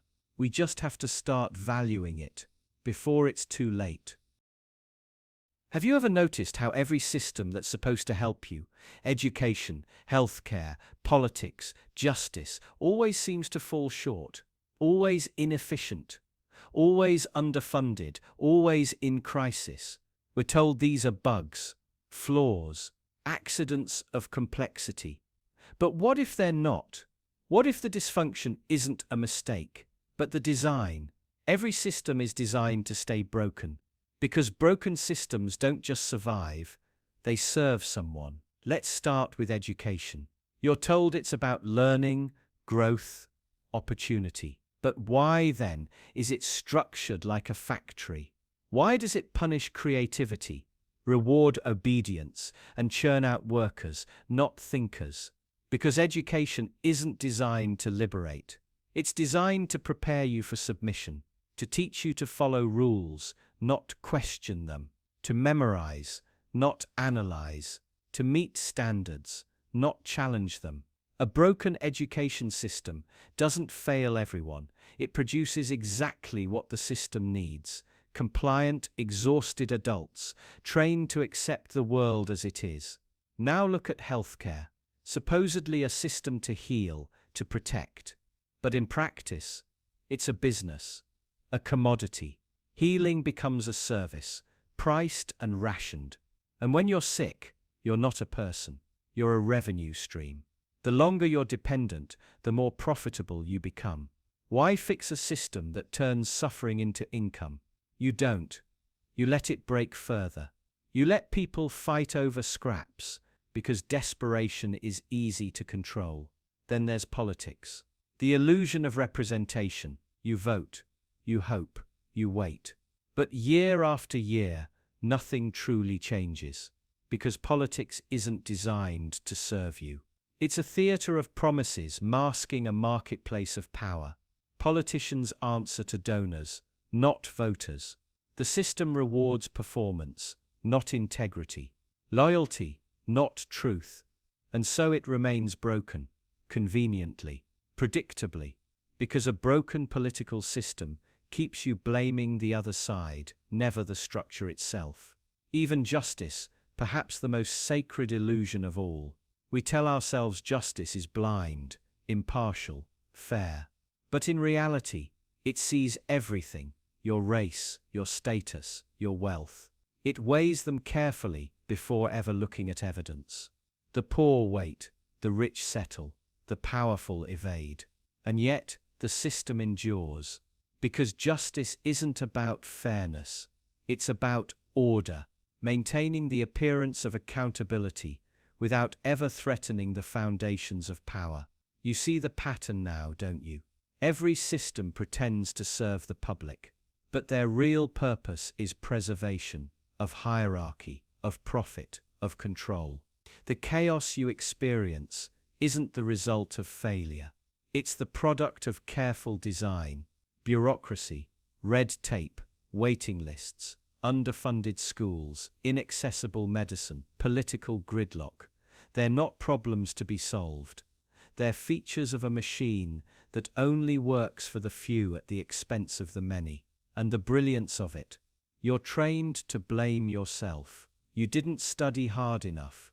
You didn't work hard enough. You didn't vote hard enough. It's your fault, not the system's. So you try harder, push further, burn out faster, all while the system hums along, extracting your energy, your time, your hope, without ever intending to change. Because change threatens stability, and stability is the currency of the powerful. Fixing the system means redistributing power, and those with power will never allow that willingly. So instead, they let it stay broken. Broken enough to keep you chasing solutions, functional enough to maintain control. But what if you stopped believing it was an accident? What if you saw the dysfunction for what it really is: a smokescreen, a distraction, a design? Then maybe you'd stop fixing yourself to fit the system and start questioning why the system demands your brokenness to survive. Because until that question is asked and answered, the systems will remain exactly as they are. Not because they can't be fixed, but because they were never meant to be. Imagine a world where your pain is someone else's profit. Now stop imagining. That world is this one, and it always has been. Suffering isn't just tolerated. It's monetized, packaged, scaled, sold. Behind every crisis, every addiction, every moment of despair, there's a profit model humming quietly in the background. The deeper the pain, the bigger the payout. Take healthcare. You'd think its goal is healing, but look closer. Chronic illness. That's not a tragedy. It's a business plan. Pharmaceutical companies don't celebrate cures. They celebrate customers. Lifelong prescriptions, repeat procedures, treatment, not resolution. Because a cured patient is a lost sale, but a suffering patient is a revenue stream. Think that's harsh? Ask yourself, why are insulin prices still skyrocketing? Why do cancer drugs cost tens of thousands? Why are mental health services rationed unless you're wealthy? Because your suffering fuels an economy, and the system is designed to keep it going. Now look at addiction. Not just to drugs, but to screens, sugar, gambling, social validation. Every click, every swipe, every anxious glance at your phone is data, is revenue. Tech companies use psychological manipulation to keep you hooked. Your dopamine spikes aren't accidents. They're engineered. You think you're the customer, you're the product. Your attention, your impulses, your compulsions, they're tracked, harvested, and monetized at scale. The more addicted you become, the more predictable you are. And the more predictable you are, the easier you are to exploit. Even tragedy becomes marketable. A school shooting, that's a media event. Watch the coverage. Count the ad breaks. Your outrage is monetized. Your grief becomes engagement. And somewhere in a meeting room, Analysts track which headlines drive the most clicks. Disaster relief, big business. War, lucrative. Every time chaos erupts, someone profits from the rebuilding, the arms contracts, the reconstruction loans. Suffering isn't a side effect, it's part of the cycle. The demand never ends, so the supply never will. And while this sounds inhuman, it isn't. It's deeply human. It's how our systems were built, not around empathy, but efficiency. Not to reduce pain, but to extract value from it. Because pain creates need, and need creates dependency. And dependency, that's the gold mine. Think of debt, student loans, medical bills, credit cards. Entire industries exist to capitalize on your desperation. They don't want you to default, but they don't want you to escape either. The goal isn't solvency, it's servitude. Lifelong repayment, lifelong control. Now go deeper. Look at entertainment. How many true crime shows feed off real trauma? How many dramas glamorize poverty, violence, abuse, turning lived horror into prime-time spectacle? Even your empathy is monetized. Your tears, your curiosity, your emotional investment, sold in hour-long segments, backed by advertisers. And here's the darkest part. The more normalized it becomes, the harder it is to see. You don't notice the exploitation because it's woven into everything. You're told it's just how things work, that it's inevitable, that markets are neutral, but they aren't. They follow pain like vultures follow smoke. Because in a system that prioritizes profit above people, suffering is not a bug, it's the business model. So the next time you see suffering, ask not who's helping, but who's cashing in. Because until we recognize how deeply pain has been commodified, we will never understand why the world resists healing. And the truth is brutal. Your pain may be personal, but to them it's just product. Power doesn't exist to serve you. It doesn't exist to protect the weak, uplift the just, or ensure fairness. That's the illusion. That's the myth. They feed you to keep you obedient, to keep you quiet, to keep you believing that justice is just a matter of time. But here's the disturbing truth. Power protects itself first. Always, before it protects you, before it protects truth, before it protects morality. Power's first instinct is survival. It doesn't matter if that power wears a uniform, a robe, a badge, or a suit. It doesn't matter if it speaks in the name of democracy, religion, science, or law. The moment power is threatened, it circles the wagons, it erases evidence. It silences dissent. It rewrites the narrative to cast itself as the hero and everyone else as a threat. This isn't new. This isn't rare. This is how power works. Look at history. Scandals don't break because institutions expose themselves. They break because someone leaks the truth, and even then, only if the public outrage is too loud to ignore. The default setting is concealment. The instinct is always protection. Police departments cover for officers who abuse their authority. Religious organizations shield abusers to preserve reputation. Corporations bury safety violations to protect profits. Governments classify documents, suppress protests, imprison whistleblowers, all to protect themselves from the truth. You think the system will protect you because you've done nothing wrong. But that's not how power thinks. To power, wrong and right are irrelevant. What matters is threat. What matters is control. If you threaten the image, the profit, the authority, it will come for you, regardless of your innocence. And it will justify it after the fact. Power doesn't play by the rules, it writes them. And when it breaks them, it simply rewrites the narrative. Mistakes were made. Policy changes are being considered. A few sacrificial scapegoats, maybe never the core, never the structure. The system pretends to reform while ensuring it remains untouched at its foundation. Because if real change happened, if real accountability was enforced, power would have to face itself, and it won't. It never has. Instead, it adapts, rebrands, updates its language, makes performative gestures, apologizes publicly while doubling down privately, all to maintain the illusion that it cares, that it's listening, that it's just. But watch closely. In every moment of crisis, ask one question: who is power protecting right now? And you'll see the pattern, you'll see the cover-ups, the gaslighting, the distraction tactics. The focus shifts from the harm done to the potential embarrassment of being caught. The institution doesn't grieve the damage, it fears the damage to its image. Power wants you compliant, not empowered. It wants your faith, your labor, your silence.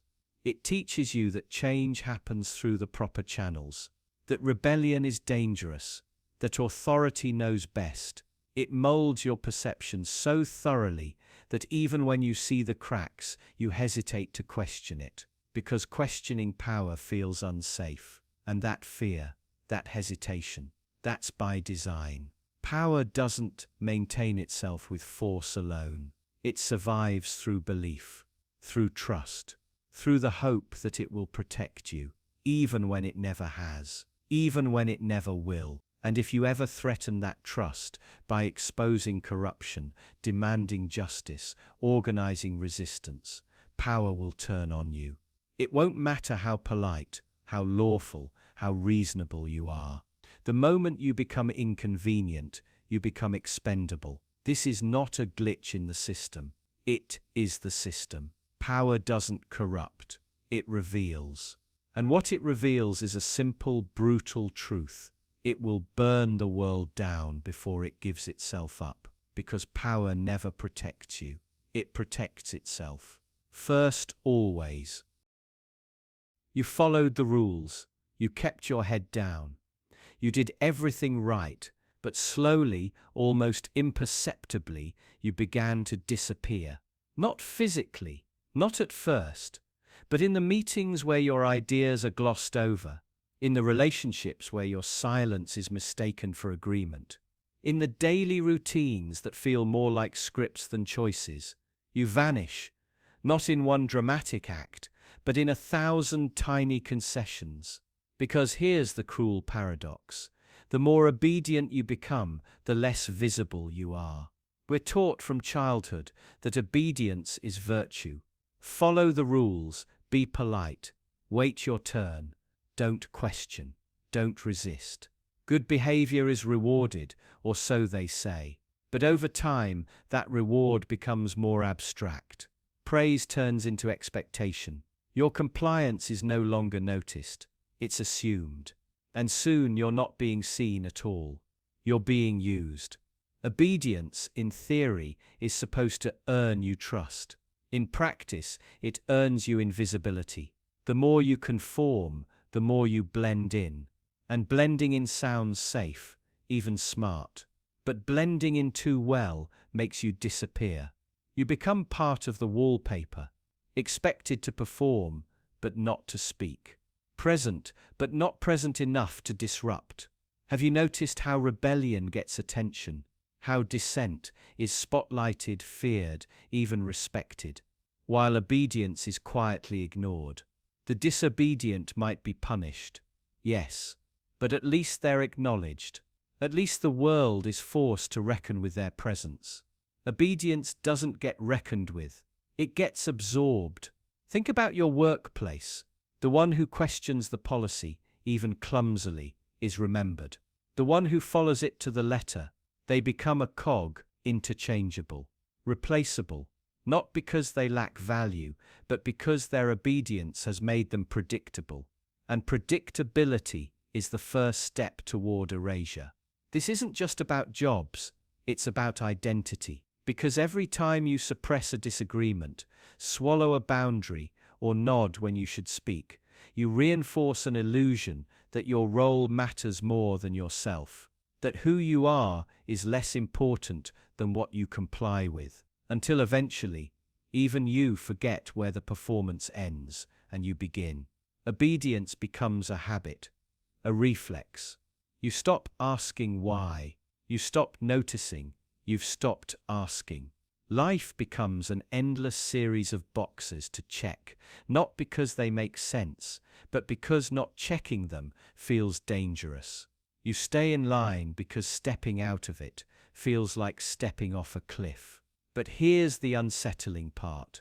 Society likes you that way. Systems are built on the quiet labor of invisible people.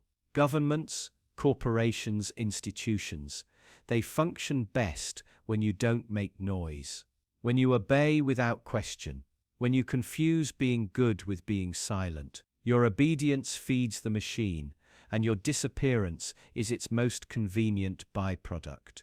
Obedience strips you of edges, of friction, of presence, and yet you're still here. You're still human. So the absence creates tension.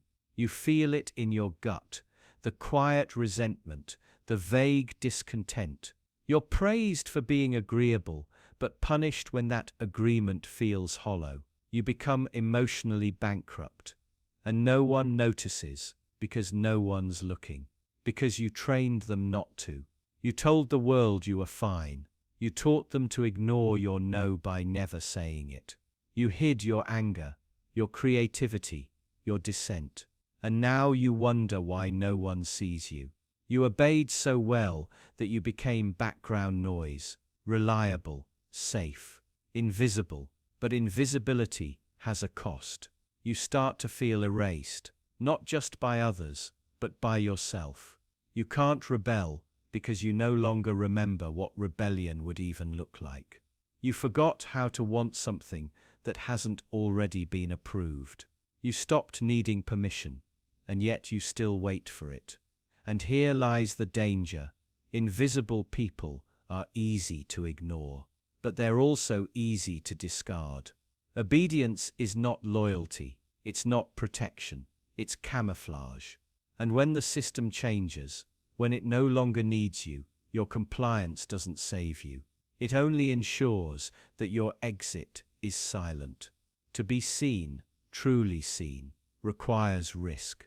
It requires contradiction, disruption, honesty.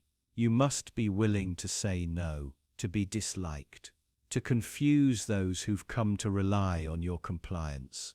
Visibility isn't given to the obedient. It's claimed by the defiant. The more you obey, the less you're seen. And if you want to be seen, really seen, you'll have to stop disappearing on purpose. You'll have to remember that silence isn't safety, that being good isn't the same as being whole, that obedience is not identity, because the world doesn't need more invisible people. It needs people brave enough to be seen, even if it means being misunderstood, even if it means being loud, even if it means being disobedient, especially then. You wake up in a world where standing alone feels like death, not because it is, but because you've been trained to believe it is. From your earliest memories, you've been surrounded by subtle cues, whispered rules, and invisible expectations. Fit in, follow along, belong. The classroom teaches more than arithmetic. It teaches obedience. The playground teaches more than games. It teaches hierarchy. Every institution, every structure, every social script carries the same underlying command: don't stand out. And whatever you do, don't stand alone. Because standing alone means exposure, vulnerability, rejection. And rejection, in the human psyche, registers like a physical wound. You're wired to fear it. Because in evolutionary terms, exile was once a death sentence. Our ancestors didn't survive alone in the wild. They survived in groups, by conforming, by belonging. That deep fear of social rejection didn't vanish with civilization. It simply evolved. Now it hides in boardrooms, classrooms, family dinners. It whispers through likes, comments, and follows. It punishes you quietly every time you dare to deviate. The punishment isn't always direct. No, it's subtler than that. You get passed over, ignored, left out of the joke, the meeting, the invitation. A chill sets in, not from the weather, but from the silence that follows non-conformity. That silence is engineered. It's there to nudge you back into the fold, to teach you that being right means nothing. If you're alone, that your truth, no matter how clear, is dangerous without a crowd to echo it. So you adjust. You laugh at things that aren't funny. You nod at ideas that make your stomach turn. You hide your real questions behind polite smiles, not because you're weak, but because you've been taught over and over that standing alone isn't brave. It's stupid. It's reckless. It's social suicide. And society rewards compliance with comfort. Fitting in comes with perks, validation, approval, opportunity. Challenge the narrative, and suddenly those perks disappear. That promotion, gone. That friend group, drifting. That family support, conditional. You start to see the strings, tied not to your performance or your character, but to your compliance, to your willingness to keep quiet and stay small. But here's the cruel twist. The more you conform, the more invisible you become. Your edges blur. Your voice weakens. You become another interchangeable part in a machine that only values you when you stop questioning. Standing alone feels terrifying. But losing yourself, that happens quietly, gradually, and it's even more dangerous. Consider the whistleblowers, the activists, the artists, the revolutionaries. They all had one thing in common. They stood alone, first, before the applause. Before the movements, before history rewrote them as heroes. They were outcasts, ridiculed, ostracized, alone, and many of them broke under the weight of it, because society doesn't just fear dissent, it crucifies it. And yet, something miraculous happens when you resist the fear, when you let yourself be seen fully. Despite the risk, you become real, you become undeniable. You stop trading authenticity for acceptance. And in that brutal honesty, something rare emerges: clarity, power, freedom. But make no mistake, standing alone still hurts. It's lonely, it's raw, it strips away the illusion of safety. It forces you to confront who you are without the masks. But that pain, that's growth, that's transformation.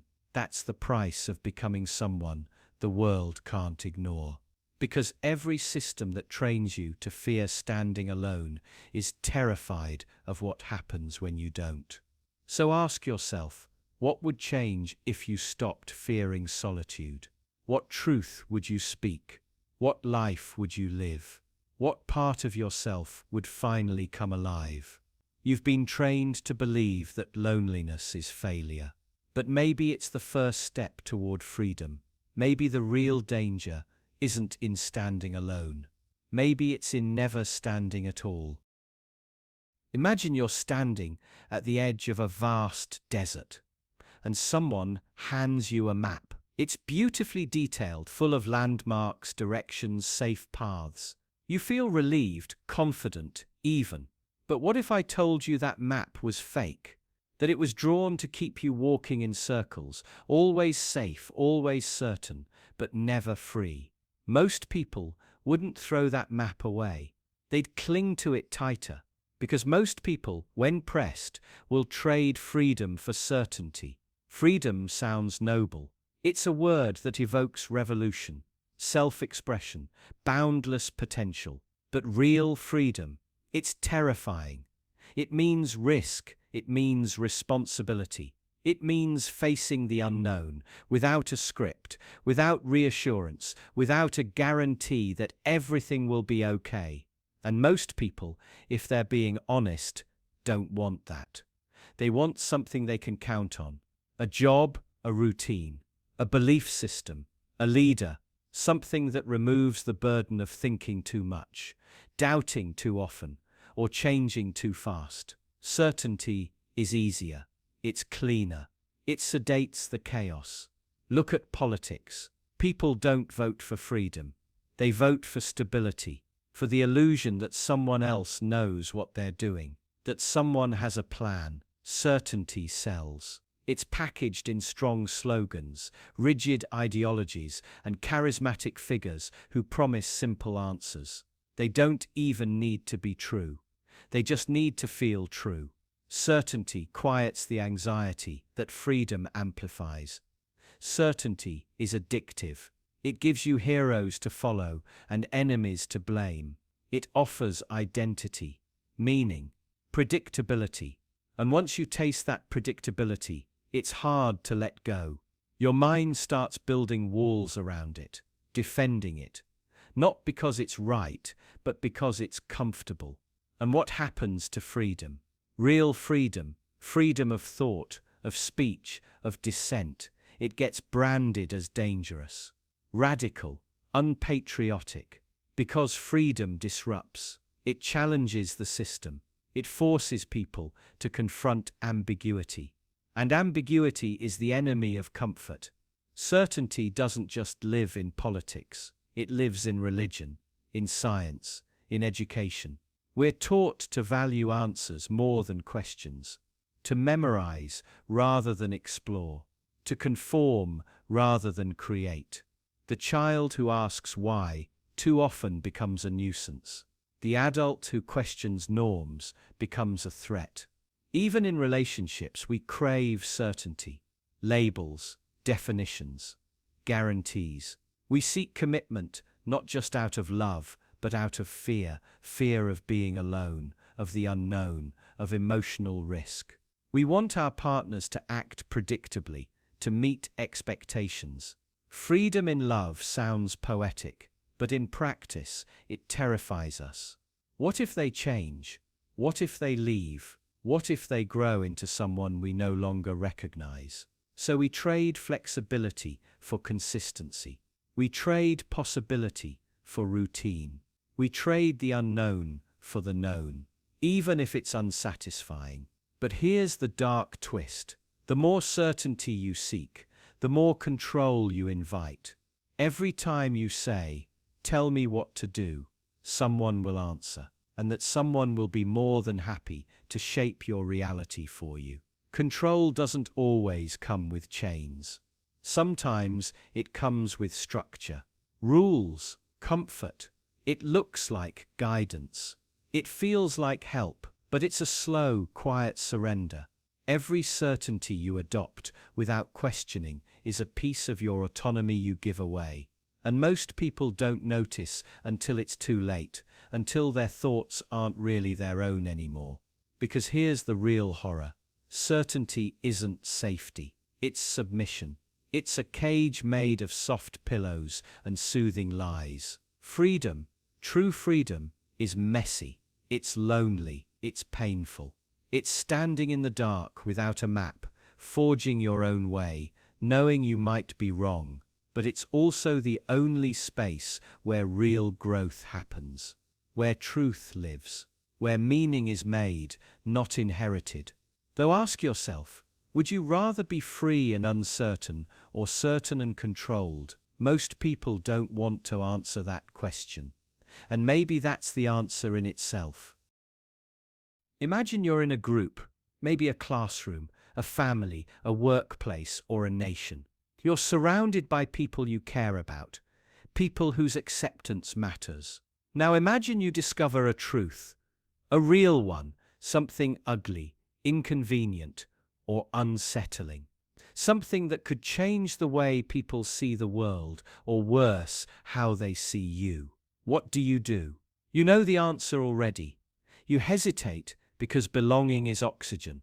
And truth is fire. It burns through comfort, through connection, through identity. Tell the truth, and you risk becoming an outsider. You risk exile. You risk being labeled difficult, crazy, ungrateful, or even dangerous. So instead, you swallow it. You play along. You nod, smile, blend in. Not because you don't see the lie, but because you fear what telling the truth will cost. Humans are wired for survival, and survival has never been about truth. It's been about inclusion. In the ancestral world, being cast out meant death. Alone, you starve. Alone, you're prey. So we evolved to prioritize group cohesion over personal conviction. We evolved to stay silent, even when our souls scream otherwise. This is why social harmony often trumps factual accuracy. Why so many stay quiet at dinner tables, in boardrooms, in churches, in nations. Why truths remain buried beneath layers of polite silence. Belonging is safety. Truth is risk. Consider the whistleblower, the one who sees the rot in the system and dares to speak up. They're rarely celebrated. They're fired, sued, doxed.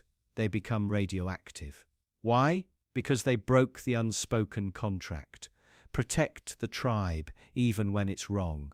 The same is true in personal relationships. You see a friend self-destructing, a partner lying, a sibling drowning in denial. You know the truth. But you also know what saying it might do. The silence isn't because you don't care, it's because you do. You fear breaking the bond. You fear losing what little connection you have. Even our institutions are built on this dynamic. Political parties, religions, corporations, they reward loyalty, not honesty. The truth is welcomed only if it aligns with the agenda. If it doesn't, it's a threat, a virus, an act of betrayal. Ask yourself, when was the last time you told a hard truth and were rewarded for it? When was the last time you challenged a comfortable lie and felt embraced for it? Now ask, how many times have you lied, subtly, quietly, by omission, just to keep the peace? This isn't cowardice, it's instinct, it's strategy, it's the invisible price we pay for community. And it's why most belief systems, no matter how flawed, survive. Not because they are true, but because they offer identity. They offer belonging. They tell you who you are, where you fit, and who your enemies are. Rejecting them means becoming unmoored, adrift in a world where certainty vanishes and community dissolves. Belief binds us. Truth divides us. That's the paradox. So we lie. Not always overtly, not even consciously, but we adopt half-truths. We ignore contradictions. We pretend. Because the pain of exile outweighs the relief of honesty. But here's the real cost. The longer we choose belonging over truth, the more our inner world fractures. The more we betray ourselves to be accepted by others. And over time, we lose the ability to even recognize what's real. We become hollow echoes of the people we might have been. And yet, we continue. Because to tell the truth in a world that values loyalty more than integrity, to live authentically in a culture that punishes dissent, is to choose loneliness, to choose discomfort, to risk everything. Still, somewhere inside you, the truth waits. It watches, it whispers, not because it wants to destroy you, but because it wants to set you free. And one day, maybe, you'll decide the cost of silence is greater than the cost of exile. That belonging built on lies isn't belonging at all. And in that moment, when you finally speak, everything will change. You may lose the group, but you'll gain yourself. And sometimes that's the only truth that matters. Rules are meant to maintain order, or so we're told. But order for whom? And at whose expense? From the moment you're born, rules define your world. What time to sleep, what clothes to wear, what words you can say. You're taught that rules are the glue that holds society together, that without them there would be chaos. But here's the question nobody asks. Who makes the rules, and who do they truly serve? Rules don't float above us like divine commandments. They're crafted, designed, enforced by people, by institutions, by systems with power. Then more often than not, they serve the people who already have that power. Look at history. Rules once said women couldn't vote, that segregation was acceptable, that only the landowning elite deserved representation. Those weren't accidental missteps. They were deliberate architectures of control. Rules, when weaponized, become elegant cages, beautifully justified, logically airtight, and devastatingly effective at keeping people in their place. Because here's the uncomfortable truth: rules aren't made for the powerful. They're made to restrain the powerless. The powerful don't live under the same rules. They live above them. If you have enough money, enough influence, you can bend the rules, twist them, rewrite them entirely. You can break the law and walk free. You can commit atrocities and call it policy. You can rig systems and call it business.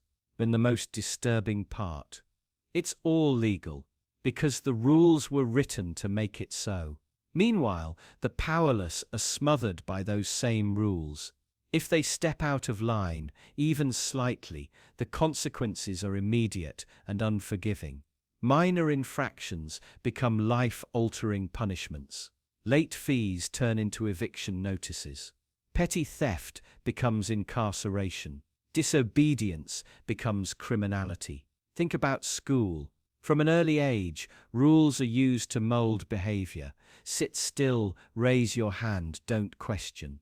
But what if you're neurodivergent? What if you process the world differently? Then the rules don't protect you. They punish you. You're labeled difficult, disruptive, a problem to be solved, or consider protest.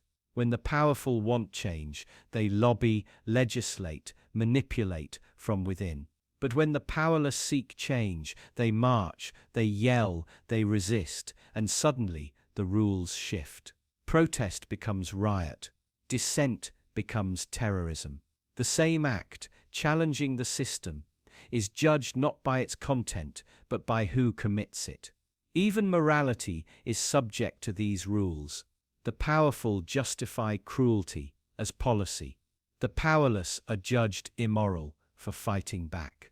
A rich man exploiting thousands is praised as a titan of industry. A poor man stealing bread is condemned as a criminal. Same society, different standards, because the rules were never about fairness. They were about control. Now, some will say rules are necessary, that without them society would collapse. But that's a false choice.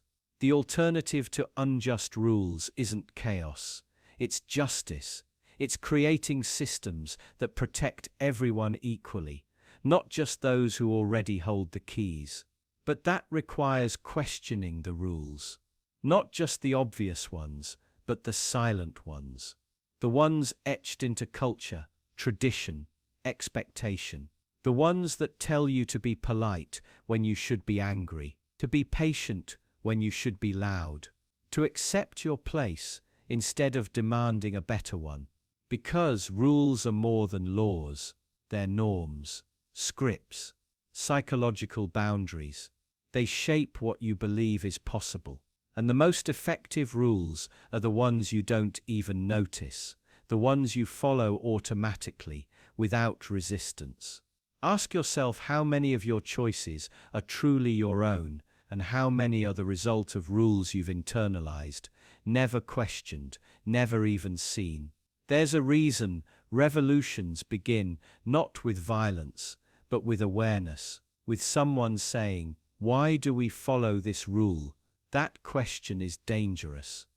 It's destabilizing, but it's also liberating. Because once you see the rules for what they are, you can begin to reclaim your autonomy. And that's what the powerful fear most. Not disobedience, but awakening. The moment the powerless realize they were never truly protected by the rules, only contained by them, the entire illusion begins to crack. So next time someone tells you to follow the rules, ask yourself who benefits from your obedience, and what would it cost you to break free? Because sometimes the most dangerous thing you can do is simply stop playing by the rules. You're not just part of a system, you're replaceable in it. That's the point. From the first day you stepped into a classroom, into a job, into society, you were quietly being taught a terrifying lesson that your value is conditional. Conditional on performance, on compliance, on your ability to fit a mold that wasn't designed with you in mind.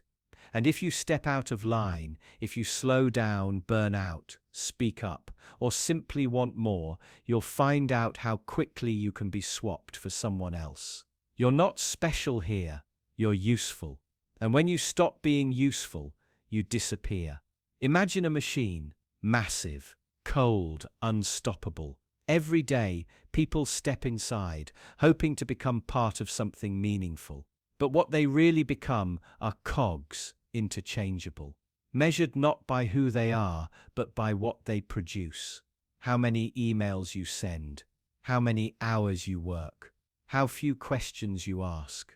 The machine doesn't care about your dreams. It cares about your output. If you break, it won't pause. It will replace you. And worse, it will convince you that being replaced is your fault. Think about how careers work. There's always someone younger, hungrier, cheaper, faster. Someone trained to believe they're not just better, but more obedient. So you compete. You overwork. You self-sacrifice. Not because you want to, but because you're terrified of being left behind. You feel the pressure to be irreplaceable in a system that was designed to make no one irreplaceable. Even at your best, the threat hangs over you. Subtle, persistent. You're promoted, praised, positioned like you matter until you cost too much. Until your loyalty outgrows your usefulness. Then suddenly, you're no longer seen. You're no longer needed. And just like that, you're gone. The system's brilliance is in making you feel like it's your responsibility to stay essential, like it's your job to keep proving your worth. So you take on more, you stay later, you smile harder, you ignore your body, your mind, your boundaries.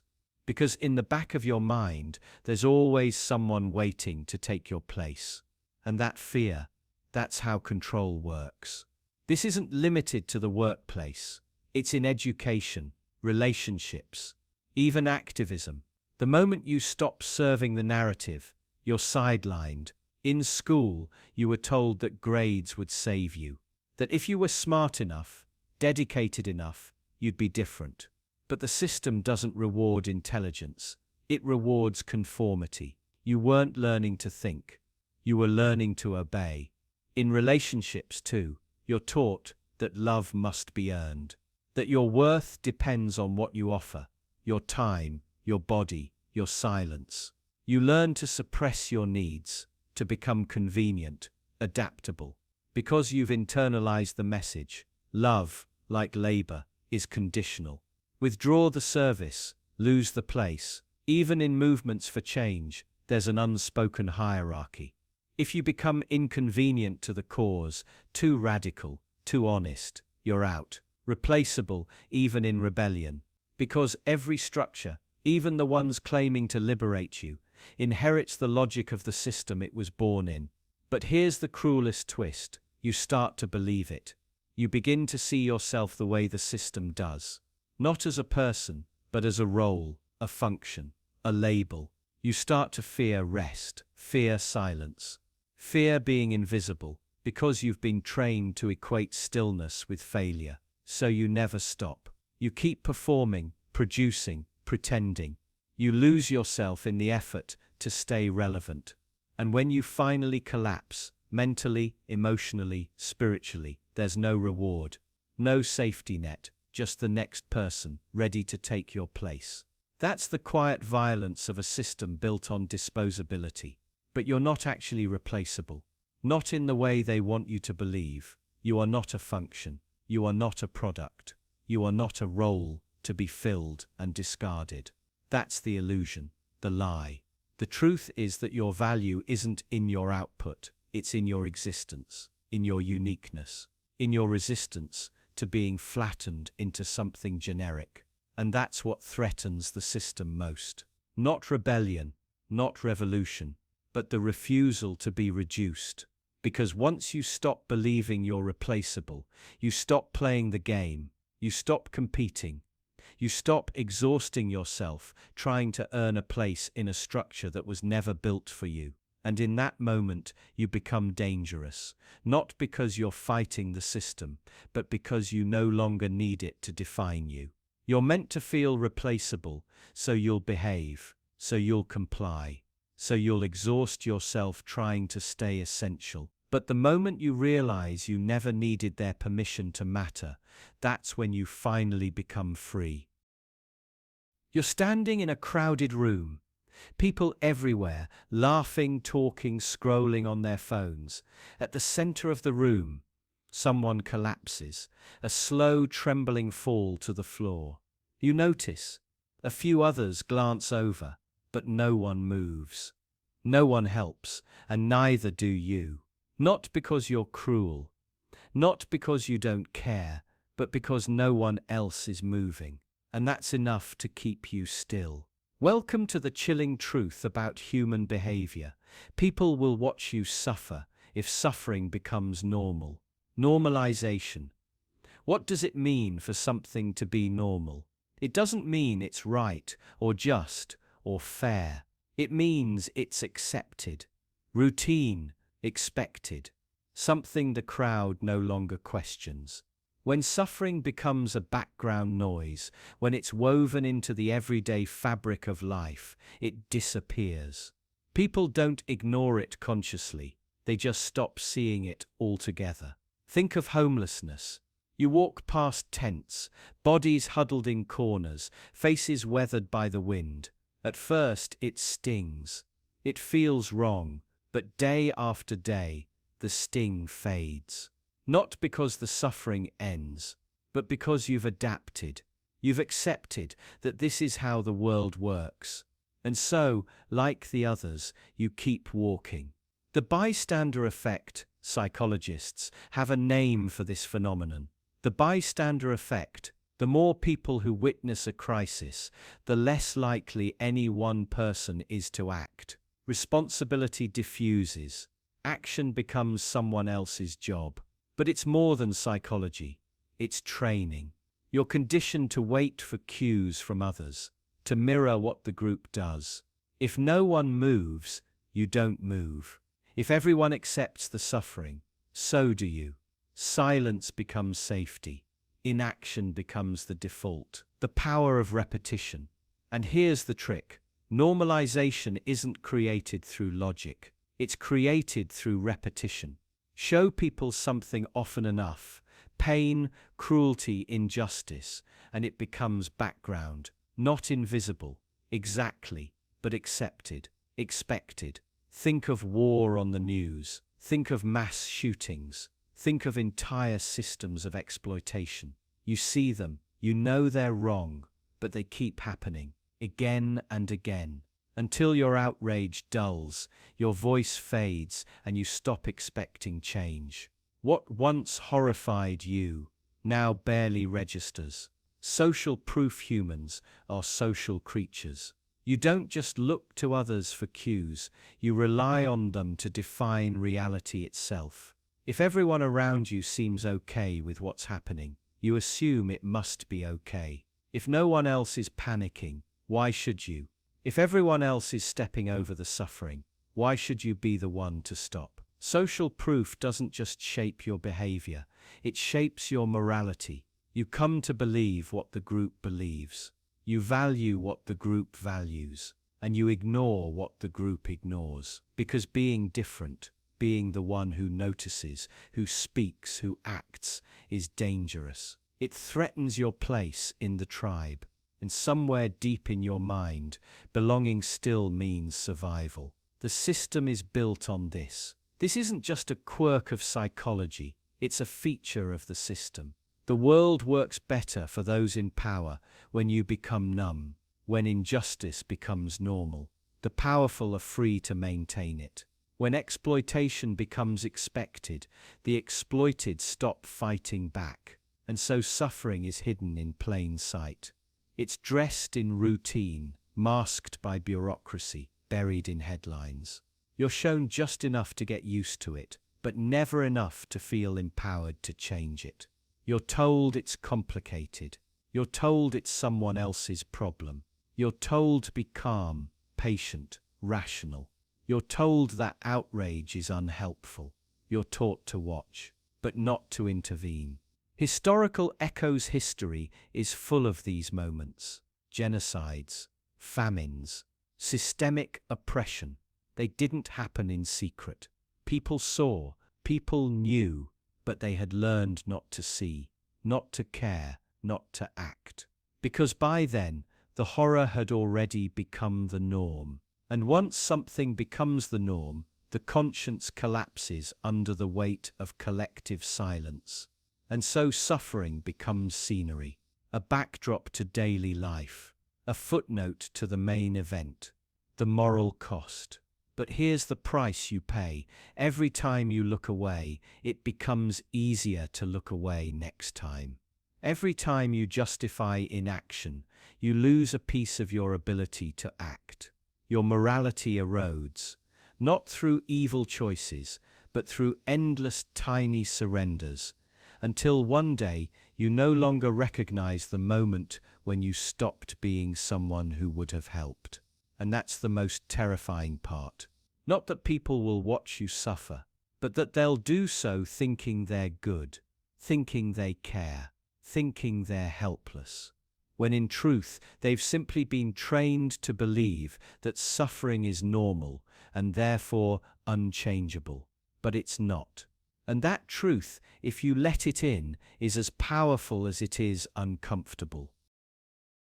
Imagine a man standing at the edge of a golden opportunity. He has the connections, the charisma, and just enough competence to make it big. But there's a catch.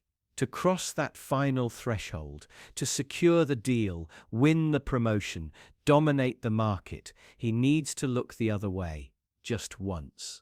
Just long enough to let something unfair, unethical, or outright harmful slip through unchallenged. And he does, not because he's evil, but because that's how the world rewards success.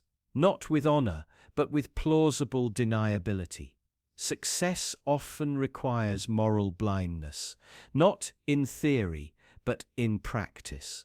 Not in grand, villainous acts, but in small, silent omissions. Think about the workplace. High performers aren't always the most ethical, they're the most adaptable. The ones who can nod politely through a discriminatory joke in a boardroom, who can cut a corner if it pleases a client, who can let a lie go uncorrected if the lie is profitable. It's not that they don't see the problem. It's that seeing it, really seeing it, would make action inevitable. And action comes with consequences. Moral vision comes with a price. And in the world of success, price matters more than principle. You've seen it before, maybe in your own life. A manager promotes someone who plays politics better than they perform. A company celebrates record profits while quietly slashing benefits. An influencer preaches authenticity while masking every insecurity behind a filter. The more visibly successful someone becomes, the more blind spots they must cultivate. Not because they don't care, but because success demands it. Because seeing too much is dangerous. To climb higher, you have to ignore the bodies beneath you, the underpaid labor, the emotional toll, the exploited trust, and most importantly, your own discomfort. That quiet, persistent voice in your head that whispers, "This isn't right." But the world doesn't reward that voice. It punishes it. That voice gets you labeled difficult, ungrateful, unprofessional. It gets you passed over, pushed aside, or politely silenced. So most people learn, slowly and quietly, to turn it down. Not off, just enough to function. We call this being realistic, strategic, pragmatic. But really, it's a form of moral anesthesia, the numbness to the cost of winning. Look at history. The titans of industry, the political giants, the icons of innovation. How many succeeded without stepping on someone, without suppressing inconvenient truths, without denying the suffering their actions caused? The world doesn't just tolerate moral blindness, it expects it. It builds systems that demand it. Because moral clarity is disruptive. It slows things down. It forces hard questions. It makes profit uncomfortable. And discomfort is bad for business. Now ask yourself, would you rather be right or successful? It's a question most people pretend they'll never have to answer. But they do. In the meetings they attend, in the silence they keep, in the compromises they accept as normal. You might think, not me, I'd never cross that line. But that's the trick. The line isn't drawn all at once. It appears gradually in the form of choices so small, so reasonable, that you barely notice them. Until one day, you look in the mirror and realize you haven't just looked away from the truth, you've adapted to it. You've succeeded. Yes, but you've also lost something. And what makes this even more disturbing? Most people who reach the top aren't sociopaths. They're not cartoon villains. They're ordinary people who made enough small compromises to stop noticing the weight of them, who justified one decision at a time until their conscience fell out of the equation entirely. They didn't kill their morality. They just put it in storage, and the world clapped for them. Because success isn't just about achievement. It's about alignment with power, with influence, with comfort, and morality, real morality. It doesn't align, it disrupts. So the next time you admire someone's success, ask yourself, what didn't they see to get there? What truth did they overlook? What price did they accept on someone else's behalf? And then ask yourself, would you have done the same? Because in this world, success isn't blind by accident. It's blind by design. You wake up every morning, believing you know who you are. You remember your name, your preferences, your values. You think these things came from within you, your family, your culture, your choices. But what if they didn't? What if your identity, the very idea of who you are, has been carefully manufactured, not to free you, but to sell you back to yourself? Think about it. From the moment you were born, you were surrounded by signals, colors, toys, clothes, all coded by gender, status, and market potential. You were nudged, prodded, shaped into a consumer long before you could even speak. By the time you knew what you liked, someone else had already predicted it. Not because they knew you, but because they built you. Preferences are not pure. They are engineered. What you find stylish, what you crave, what you dream of becoming. These aren't spontaneous truths of the self. They're data points. Forecasted desires. You don't buy the clothes you like the clothes that were sold to you through invisible algorithms and aspirational propaganda. You've been curated. And here's the sinister part. You're not resisting it, you're performing it. You decorate your identity like a storefront. Carefully arranged opinions, stylized aesthetics, consumable quirks. Not because they define you, but because they signal who you want to be seen as. And every signal is a transaction. You present yourself to the world, and in return, you receive approval, attention, maybe even influence. It feels like expression, but it's just commerce, dressed in authenticity. Instagram knows your face. Spotify knows your mood. Amazon knows your weakness. TikTok knows your loneliness. Every swipe, every pause, every click, data fed into a system designed to understand you better than you understand yourself. Not to heal you, not to free you, but to market you back to yourself. You think you're choosing. You're not. You're being chosen for. And when you do feel lost, when your identity starts to slip, when things feel hollow and uncertain, the system is ready. It offers you a product, a brand, a lifestyle. Who am I? Becomes what should I buy? Self-discovery turns into a shopping spree. Aesthetic becomes therapy. Consumer choice replaces existential meaning. You stop being a person and become a persona. You think you're building yourself, but you're assembling a mask, and the mask must be maintained. Polished, updated. You start to fear falling behind. The trends change faster than you can adapt, and suddenly your identity is obsolete. So you rush, you rebrand, you hustle for relevance. But it never ends, because the system isn't offering you wholeness, it's offering you perpetual inadequacy. That's how it works. If you felt complete, you wouldn't need to consume. If you felt seen, you wouldn't need to perform. So the system makes sure you never quite arrive. Just close enough to chase, but never close enough to rest. Even rebellion has been monetized. You think you're resisting the mainstream by choosing the alternative, the edgy, the underground. But that too is a market. That too is a brand. Your rage, your irony, your darkness. It all has a SKU number. Your defiance is being sold in bulk. You can dye your hair, pierce your face, quote Nietzsche, or scream into the void. But if the algorithm can predict it, it can package it. And if it can package it, it can sell it to you, through you. Your identity is no longer something you discover. It's something you subscribe to. So ask yourself, when you say, "This is who I am," whose voice are you echoing? Is it your parents, your peers, the influencers you follow, the brands you wear, the platforms you trust? Or is it something quieter, deeper, something that doesn't fit neatly into a demographic box? You won't find that answer in a comment section or a product catalog. You won't unlock it with a purchase or a performance. You'll find it in silence, in solitude, in the moments when you stop trying to be anything at all.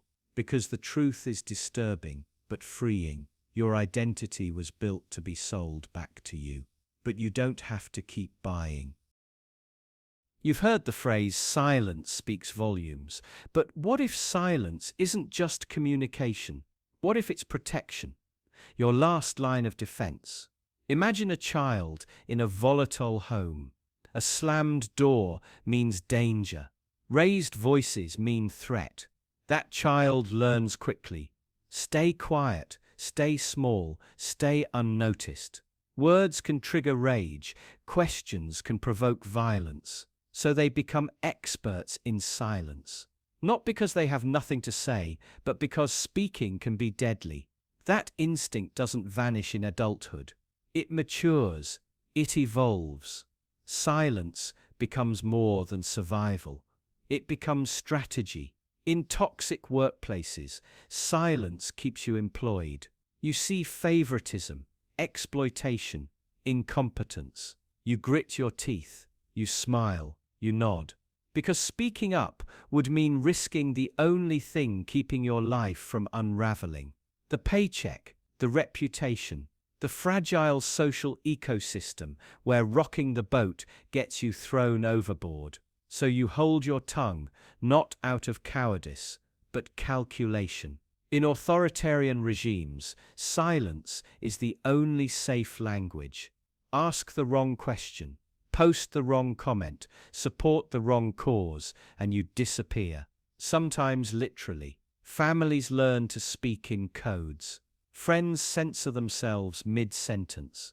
Neighbors glance over shoulders before whispering what they really think. Here, silence isn't avoidance, it's armor. Even in relationships, silence is survival. You know the kind when your partner's love feels conditional, where your honesty always seems to backfire. You stop sharing dreams, fears, truths. Not because they don't matter, but because revealing them means exposure, vulnerability, another wound.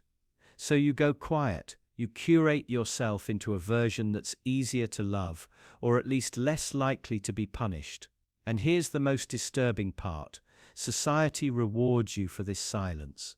It applauds your restraint, calls it maturity, labels it professionalism, praises your ability to let things go.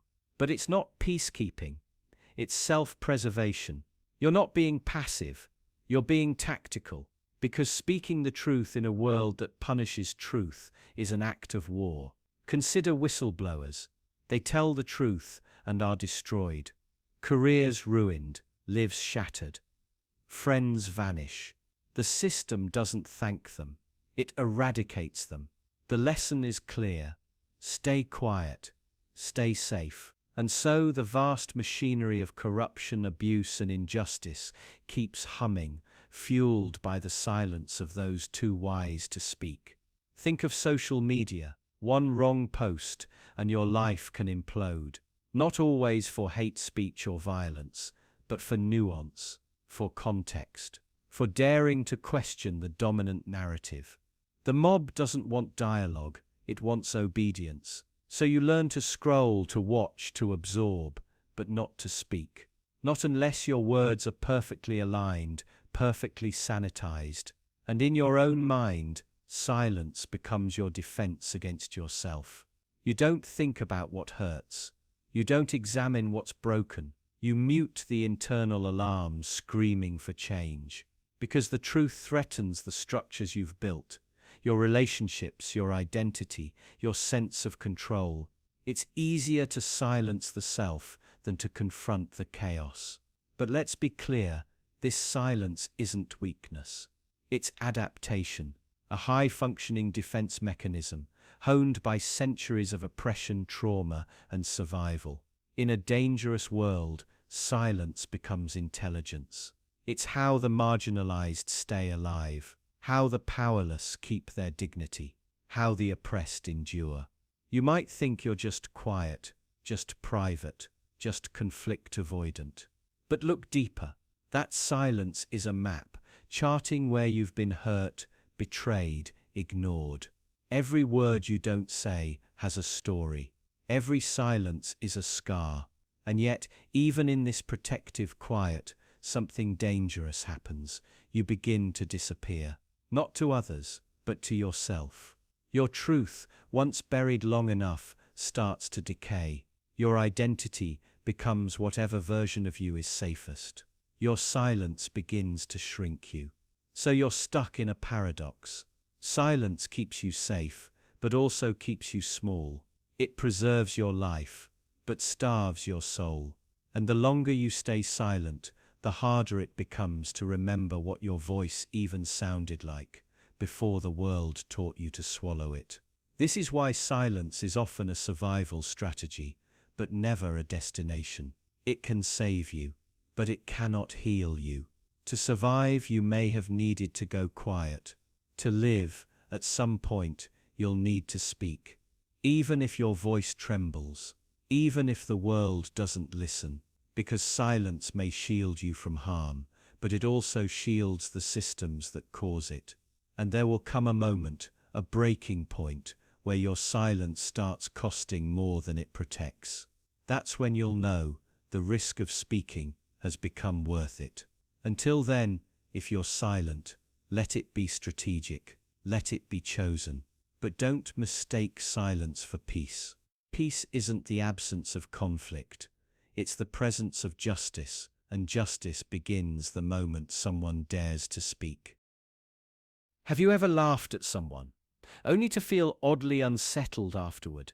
Not because they didn't deserve it, but because deep down, part of you recognized something familiar, something threatening, something you wish you had. We mock what we secretly envy. And that's not just a poetic idea. It's a psychological defense mechanism, a way to disguise longing as disdain. Think about the class clown, the one who doesn't follow rules, who disrupts order, who somehow always draws attention. Most people scoff, call them immature, desperate, annoying. But part of us watches, fascinated, because that person is free in a way we aren't. They speak when we stay silent. They disobey when we conform. And in mocking them, we hide the truth. We wish we could be them. Envy wears many masks, but mockery is its favorite. This isn't just about humor. It's about control. Mocking what we envy gives us distance. It lets us say, I'm better than that, even when we know we're not. Or worse, especially when we know we're not. When we feel powerless to achieve what they have, we downgrade it instead. You see someone confident, unapologetically themselves, and you roll your eyes. What a show-off, you say. But what you're really thinking is, I wish I could be that bold. Rather than admit that, your ego builds a wall of mockery, sarcasm, dismissal, not because you hate them, but because you're afraid you'll never be them. We do this all the time, with beauty, with success, with wealth, with freedom. We laugh at influencers, criticize artists, sneer at entrepreneurs. But behind every scoff is a mirror we refuse to look into. Mockery is safer than admiration. It asks less of us. Admiration forces vulnerability. It admits we lack something, that we want something, that we're not complete. But mockery, it flips the script, makes the other person the fool, turns their power into our punchline. And the more we mock, the deeper we bury the truth. This doesn't mean everyone we mock deserves admiration. Some people are truly ridiculous. But ask yourself, why do certain people get under your skin more than others? Why does their confidence feel like an insult? Why does their success feel like a threat? Because you've convinced yourself that what they have is impossible for you. So instead of trying, you attack. But here's where it gets darker. The more we mock, the more we reinforce our own prison. Every time we laugh at someone for doing what we're afraid to do, be vulnerable, take risks, speak out, we tighten our chains. We make rebellion feel ridiculous. We make freedom feel foolish. We train ourselves to believe that playing it safe is smarter, more adult, more realistic. That's how society polices itself. Not through law or force, but through ridicule. Through the subtle art of shaming the dreamers. We mock artists who haven't made it. We mock spiritual people for being naive. We mock activists for being too idealistic. But underneath the laughter is fear. Fear that we gave up too soon, that we settled, that they're living proof of the path we never took. So instead of changing ourselves, we try to break them. It's easier that way, but mockery doesn't kill envy. It only hides it. And envy, denied, becomes poison. It festers. It mutates into resentment. You start to hate what you once admired, not because it changed, but because you refused to. And that hatred becomes a cage. A bitter, lonely cage, where nothing is good enough and no one is worth following. Eventually, you stop mocking others and start mocking yourself. You internalize the contempt. You convince yourself that your dreams were stupid, that your hopes were childish, that your real self was always a joke. This is how the world breaks people, not with violence, but with shame. So next time you feel the impulse to mock someone, pause, ask yourself, what am I really feeling? Is it disgust, or is it jealousy? Do I think they're ridiculous? Or do I wish I had their courage? You might be surprised by the answer, and that answer, if you let it, might show you the path you've been avoiding, because the things we mock often point to the life we secretly want, the version of ourselves we buried under layers of judgment, but it's still there, waiting. And the first step to finding it again: stop laughing, start listening. Imagine you're presented with two answers. One is complex, nuanced, layered with caveats and conditional truths. The other is simple, clean, black and white. One feels like work, the other feels like clarity. Now here's the disturbing part. Your brain will almost always pick the simple one, even when it's wrong. Simplicity feels like safety, certainty, a lighthouse in the storm of confusion. And that's exactly why it wins. Not because it's right, but because it's easy. Your brain is constantly starved for efficiency. It craves shortcuts, patterns, heuristics. You don't solve every problem from scratch. You default to the easiest answer that fits. That's why cliches, stereotypes, and slogans hold so much power. They bypass thought. They speak in absolutes. They give your mind the illusion of resolution. Think of politics. The most effective campaigns aren't the most accurate. They're the ones with the catchiest lines. Build the wall. Yes, we can. Make America great again. These aren't arguments. They're mantras. Memes. Symbols of psychological relief, masquerading as policy. Now think about justice, morality, ethics. These are complicated, messy. They demand patience and self-reflection. But what wins? Sound bites, tweets, outrage clips that compress complexity into bite-sized rage. Because simplicity feels like truth, even when it's just noise. Even science, perhaps the last bastion of rigor, isn't immune. Pop science dominates, because real science is slow, cautious, tentative. Sugar causes cancer, spreads faster than sugar may contribute to certain cancer risks under specific conditions. One sounds urgent, the other sounds unsure. This isn't just a communication problem, it's an existential one. When simple answers dominate, we stop thinking. We start reacting. The world becomes flat. Nuance dies. Take the myth of meritocracy, the idea that success is based purely on hard work and talent. It's simple, elegant. It feels fair, but it's wrong. It ignores inherited wealth, systemic bias, and structural inequality. Still, people believe it. Not because the evidence supports it, but because the alternative is too uncomfortable to unpack. Simplicity is seductive. It offers certainty where there is ambiguity, control where there is chaos. But beneath it lies a darker truth. Simplicity isn't neutral. It's a weapon. Bad actors know this. Propagandists, extremists, manipulators. They don't argue with facts. They package lies as clean, digestible truths. They're stealing your jobs. It's all a hoax.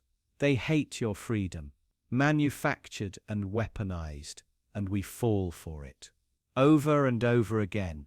Because the truth, it's exhausting. It demands doubt, effort, tension. Truth forces you to sit with uncertainty, to admit you don't know, to hold multiple possibilities in your head at once. That's not just intellectually hard, it's emotionally painful. So we take the shortcut. We cling to the illusion. We choose the story that feels good over the one that's actually true. But here's the most unsettling part. This isn't just about politics or society. It's personal. We lie to ourselves in the same way. We choose simple narratives about who we are, what we want, why we fail. I'm just lazy. They're just evil. It's not my fault. We don't ask deeper questions because we're afraid of the answers. Complexity threatens the story we tell about ourselves. And that story, it's what keeps us sane. But sanity built on lies is fragile. It cracks under pressure. That's why simplicity wins, not because it enlightens, but because it protects. And in a world increasingly optimized for speed, for volume, for mass consumption, the truth becomes a casualty of comfort. So the next time something feels obvious, immediate, absolute, ask yourself, is it true or is it just simple? Are you thinking or are you outsourcing your thought to the easiest answer available? Because simplicity is easy. Simplicity is powerful. Simplicity is dangerous. And in the battle between what's easy and what's real, easy almost always wins. You're walking through life, minding your own business, convinced you've done nothing wrong. No crimes, no lies, no betrayal. Just an ordinary person trying to live an ordinary life. But what if I told you that guilt doesn't need your actions? What if guilt isn't earned, but assigned? Imagine a courtroom where you're the defendant. There's no accusation, no evidence, no witness, just a vague discomfort in the air, a lingering suspicion, a sense that something about you, your silence, your neutrality, your passivity, is enough. And then comes the verdict guilty. Not for what you did, but for what you didn't do, for what you allowed. Moral systems, social hierarchies, ideological machines, they all have a way of painting absence as presence, of turning inaction into complicity. You didn't stop the injustice. You didn't speak when others were silenced. You didn't pull the lever, but you watched. And in the eyes of the world, that's sometimes worse. You don't have to raise a fist to be guilty. Sometimes, all it takes is keeping your hands in your pockets. There's a psychological trap here. A trap so insidious that most people never see it until it's too late. It's called moral proximity. The idea that the closer you are to a wrongdoing, the more culpable you become, regardless of what you did. You saw it. You knew. You had a choice. And even if you froze, even if you hesitated out of fear or confusion or powerlessness, the outcome remains the same. The thing happened and you didn't stop it. Now imagine you're in a workplace. Your colleague is being bullied. You hear it, see it, feel the tension crackling in the air. But you don't want to get involved. You're not the bully, you're just there. And that's enough. Because silence protects the abuser. Neutrality is not neutral when injustice is unfolding in front of you.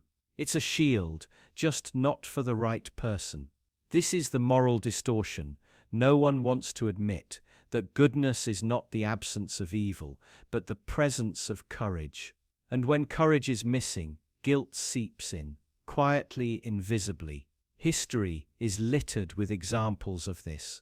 Entire societies standing by while horrors unfolded, neighbors turning away, citizens obeying, staying silent, telling themselves it wasn't their place, their fault, their problem.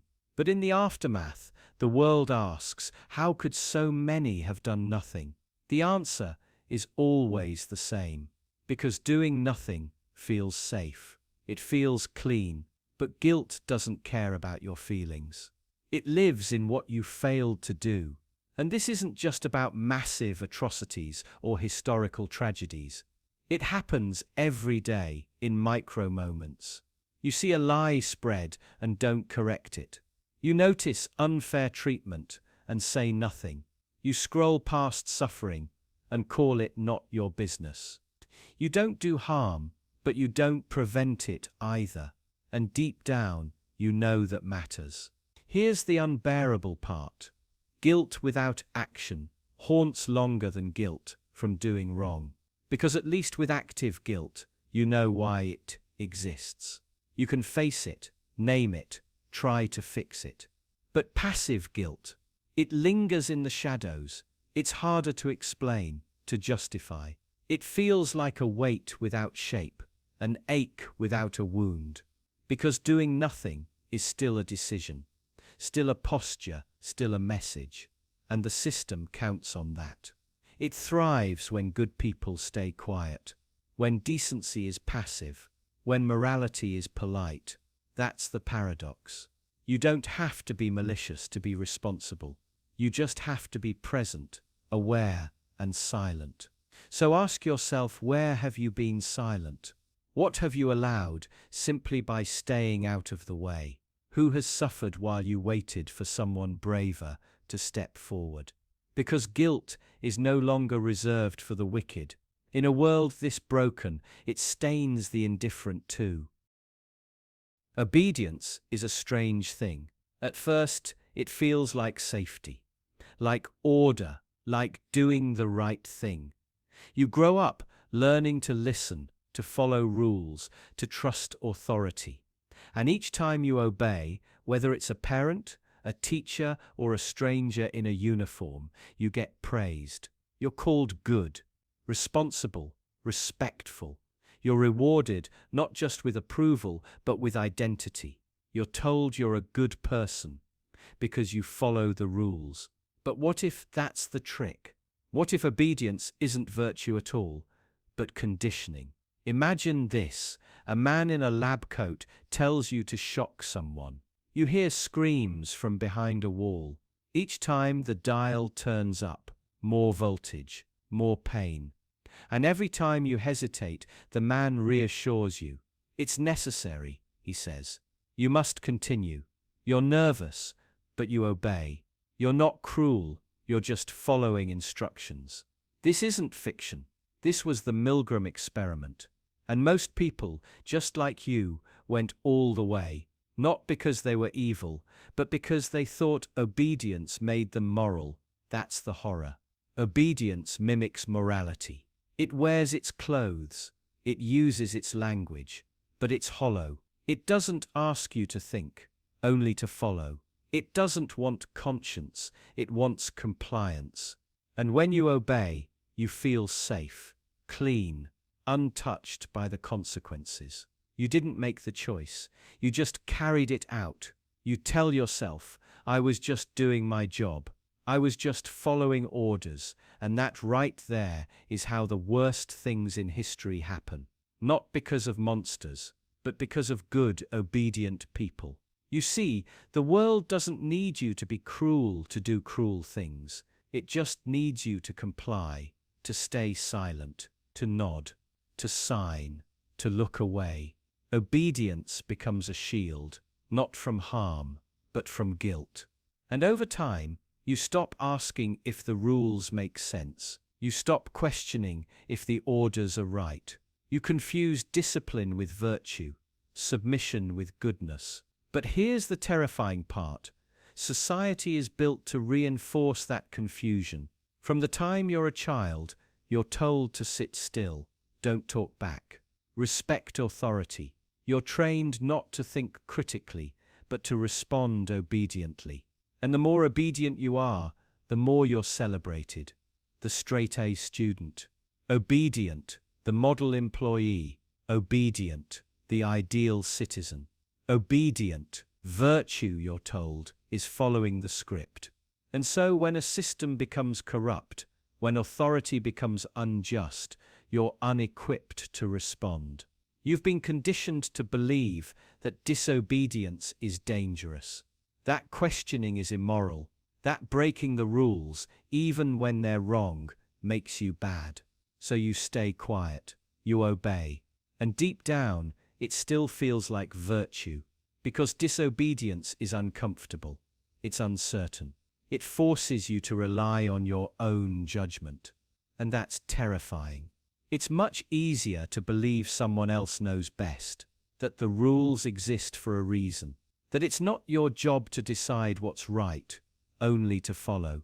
But obedience is never neutral. It either upholds justice or enables injustice. And the line between the two is rarely marked in bold. Most of the time, it's subtle. A small lie at work, a silent witness in the face of cruelty, a form you sign without reading, a policy you enforce without question. Tiny acts, each one easy to justify, each one praised as responsible, each one obedient, and each one carries a cost. Because every act of obedience, when unexamined, has the potential to serve something dark, something dishonest, something dangerous. And the worst part, you'll feel proud of yourself for doing it. Because obedience doesn't just feel like virtue, it hijacks your moral compass. It replaces inner conviction with external approval. It teaches you to equate goodness with compliance, conscience with conformity. But real virtue, true moral courage, looks very different. It questions, it resists. It chooses not to follow when following causes harm, and often it's punished. Because obedience keeps the machine running, disobedience threatens to break it. So the next time you're praised for being a good follower, pause, ask yourself, who benefits from your obedience? What are you upholding, and what might happen if you stopped? Because virtue isn't about doing what you're told, it's about knowing when not to. You're not punished for being unaware. You're rewarded. That might sound backwards, like ignorance should carry consequences. But in this world, ignorance is incentivized. Act like everything's fine, and people leave you alone. Ask too many questions, and suddenly you're the problem. You're difficult, paranoid, negative. Why?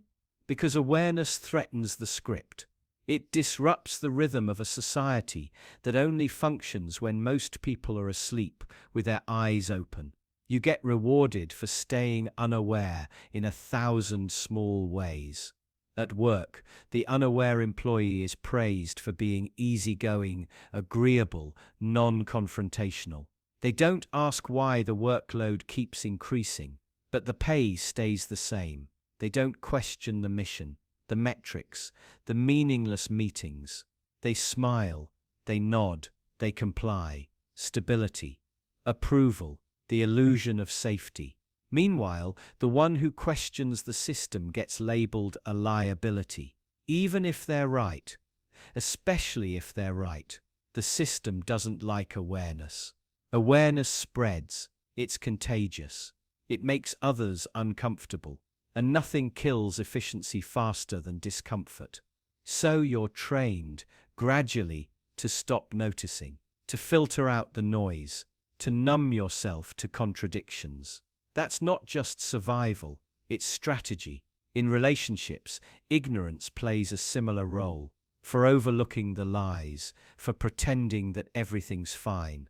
As long as you don't rock the boat, the relationship endures, even if it's slowly killing you. Speak up too much, and suddenly you're too sensitive, too demanding, too intense. Stay unaware, and you're easy to love. Do you see the pattern? Unawareness becomes a kind of social lubricant. It keeps things smooth, tolerable, palatable. But there's a cost, your integrity. Every time you choose unawareness, you betray yourself just a little bit more. The media rewards unawareness too. It feeds you entertainment, outrage, distraction, anything to keep you from noticing what really matters. As long as you're scrolling, you're not organizing. As long as you're entertained, you're not resisting. You're rewarded with dopamine, comfort, community, all for staying quiet. Because the moment you start noticing, you become dangerous. You start seeing how justice isn't a principle, it's a transaction. How comfort isn't liberation, it's sedation. How your exhaustion isn't random, it's engineered. And once you see that, you can't unsee it. But the most powerful form of unawareness, it's not external, it's internal.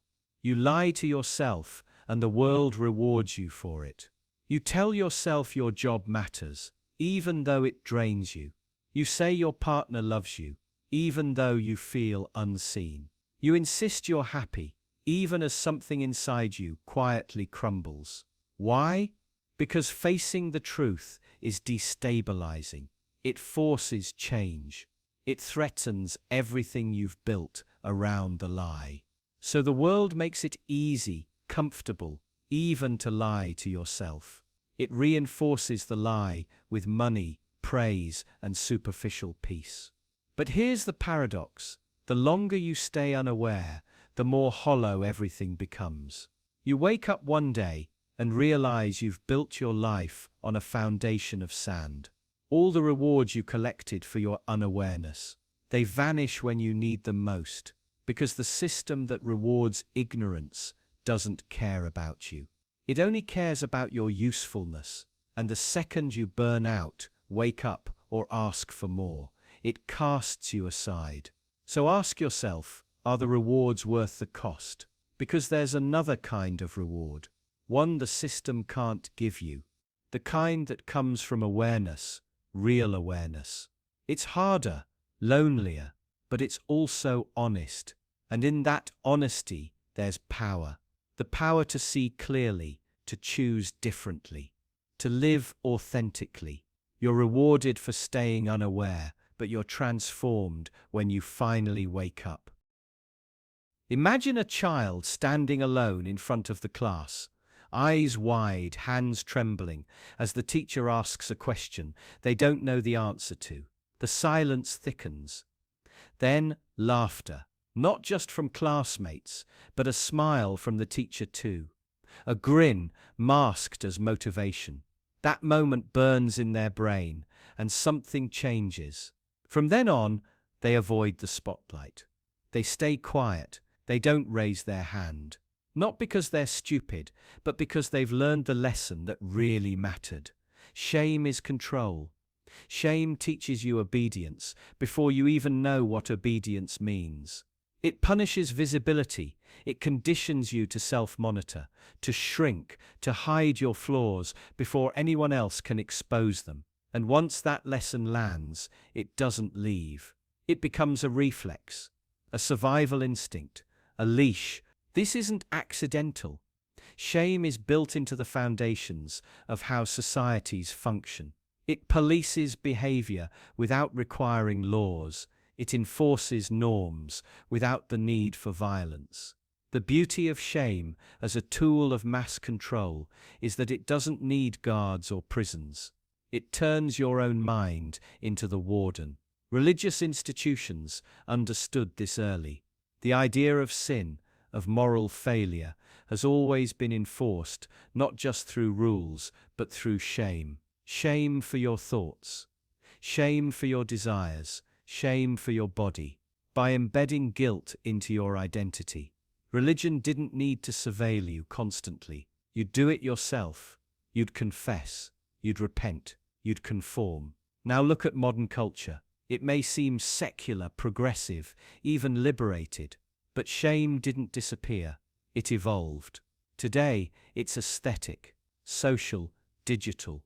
You're shamed for your appearance, your success, your failure, your opinions. Every aspect of your identity becomes a potential source of embarrassment. Shame's reach is now total. Social media amplifies it exponentially. Algorithms thrive on outrage. Viral shame spreads faster than any plague. One mistake, one misstep, and your life can be reduced to a meme, mocked, dissected, and permanently etched into public memory. You're not just punished, you're humiliated. Not corrected, but erased. But why does it work so well? Because humans are social creatures. Your sense of identity is rooted in how others see you. Shame hijacks that mechanism. It makes you terrified of exclusion, of being cast out of the tribe. And so you conform, not because you believe, but because you're afraid. Afraid of being laughed at. Afraid of being labeled. Afraid of being alone. This is where shame becomes indistinguishable from power. It turns culture into a surveillance machine. It ensures the majority regulate themselves while punishing the outliers. Deviance becomes dangerous, not because it's wrong, but because it's visible. And visibility, under the regime of shame, is vulnerability. The truly chilling part is how early it begins. Children are praised when they conform and shamed when they deviate. Crying too much. Shame, acting out. Shame, asking too many questions. Shame, by adulthood, the lesson is fully absorbed. Fit in or pay the price. The system doesn't have to threaten you. It just has to make you ashamed. And so people stay quiet. They lie about who they are. They contort themselves to fit in, swallowing dissent, muting their pain, silencing their instincts. Not because they lack courage, but because shame has taught them that survival depends on invisibility. Governments understand this too. The most effective censorship isn't bans, it's stigma. Label a belief as fringe, radical, dangerous, and watch people abandon it, not out of disagreement, but out of fear. Not of punishment, but of humiliation. When shame is deployed politically, it delegitimizes without debate, and corporations, they've mastered shame for profit. They sell you beauty products by first convincing you you're ugly. They sell you self-help books by convincing you you're broken. Every ad whispers the same message: you are not enough, but you could be if you just bought this. It works because the wound is already there. Shame has already cracked you open. All they do is exploit the opening. But here's the paradox. The more ashamed people feel, the more obedient they become, and the more alienated they feel from their own selves. Shame doesn't just regulate behavior, it fractures identity. It makes you mistrust your instincts, doubt your worth, internalize your subjugation. And that is the final triumph of shame as mass control. It doesn't just change what you do, it changes who you are. So the question becomes, how do you escape? You don't resist shame by pretending it doesn't affect you. You resist it by seeing it, by recognizing it for what it is, not a moral compass but a mechanism of control. You reclaim power by refusing to be humiliated by your humanity, by remembering that imperfection isn't shameful, it's inevitable, because shame only controls you as long as you believe it defines you. The moment you realize it was never yours to carry, that it was placed on you, shaped for you, taught to you, you begin to become dangerous. Not because you're shameless, but because you're free. You walk into a room and someone offers you two doors. Behind the first? Safety, predictability, comfort. A world where nothing ever really goes wrong, and even if it does, someone else takes care of it. Behind the second? Freedom, real freedom.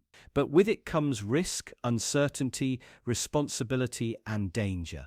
Most people don't hesitate. They reach for the first door without even asking what it costs. Because safety feels good. Freedom feels terrifying.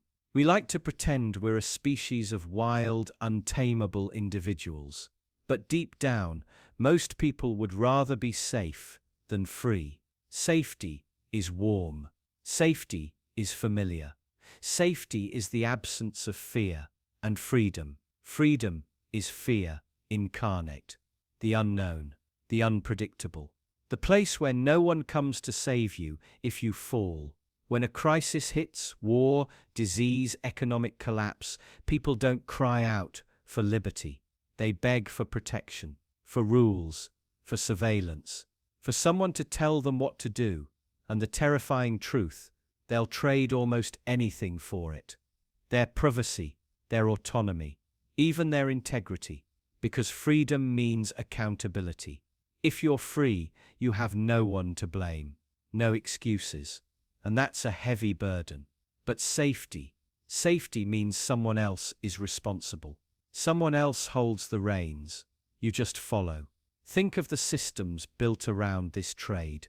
Governments promise security in exchange for compliance. Corporations promise convenience in exchange for your data. Religions promise salvation in exchange for obedience. They all understand the same thing. The average person fears uncertainty more than they crave truth. That's why people will work jobs they hate for decades, because it's safe. They'll stay in relationships that drain them, because they're familiar. They'll nod along to beliefs they don't fully understand, because challenging them feels dangerous. Freedom means facing life raw, no scripts, no guarantees, and most people aren't ready for that. The trick is, we don't even recognize the trade anymore. We've been conditioned to think of safety as virtue, the responsible choice, the adult path. But behind that comfort is a system that feeds on your fear, carefully wrapping control in the language of protection. It's subtle. You're not chained, you're cushioned, you're not surveilled, you're protected. You're not silenced, you're guided. And the more comfortable you become, the less likely you are to revolt. The more dependent you are on the system, the more you fear losing it. This is how freedom dies, not with violence, but with gratitude, with relief. When people ask for curfews, when they cheer for censorship, when they thank their captors for keeping them safe, we're told freedom is sacred. But that's only true in the abstract. In practice, we cling to comfort, even if it means giving away everything that makes us free, because freedom is dangerous. Freedom makes you uncomfortable. It forces you to question, to fail, to take risks, and safety. Safety just asks you to stay quiet. So you start to wonder how much of what you do each day is truly your choice. How many of your beliefs, your habits, your routines were shaped by a system designed to keep you comfortable and obedient? Would you still do what you do if you weren't afraid? Would you still think what you think if safety weren't the reward? Most people never find out, because they never ask. They never open the second door. But if you're listening, if something in you stirs at the thought of being free, know this: freedom costs more than safety, always has, always will. But it's the only thing worth paying for.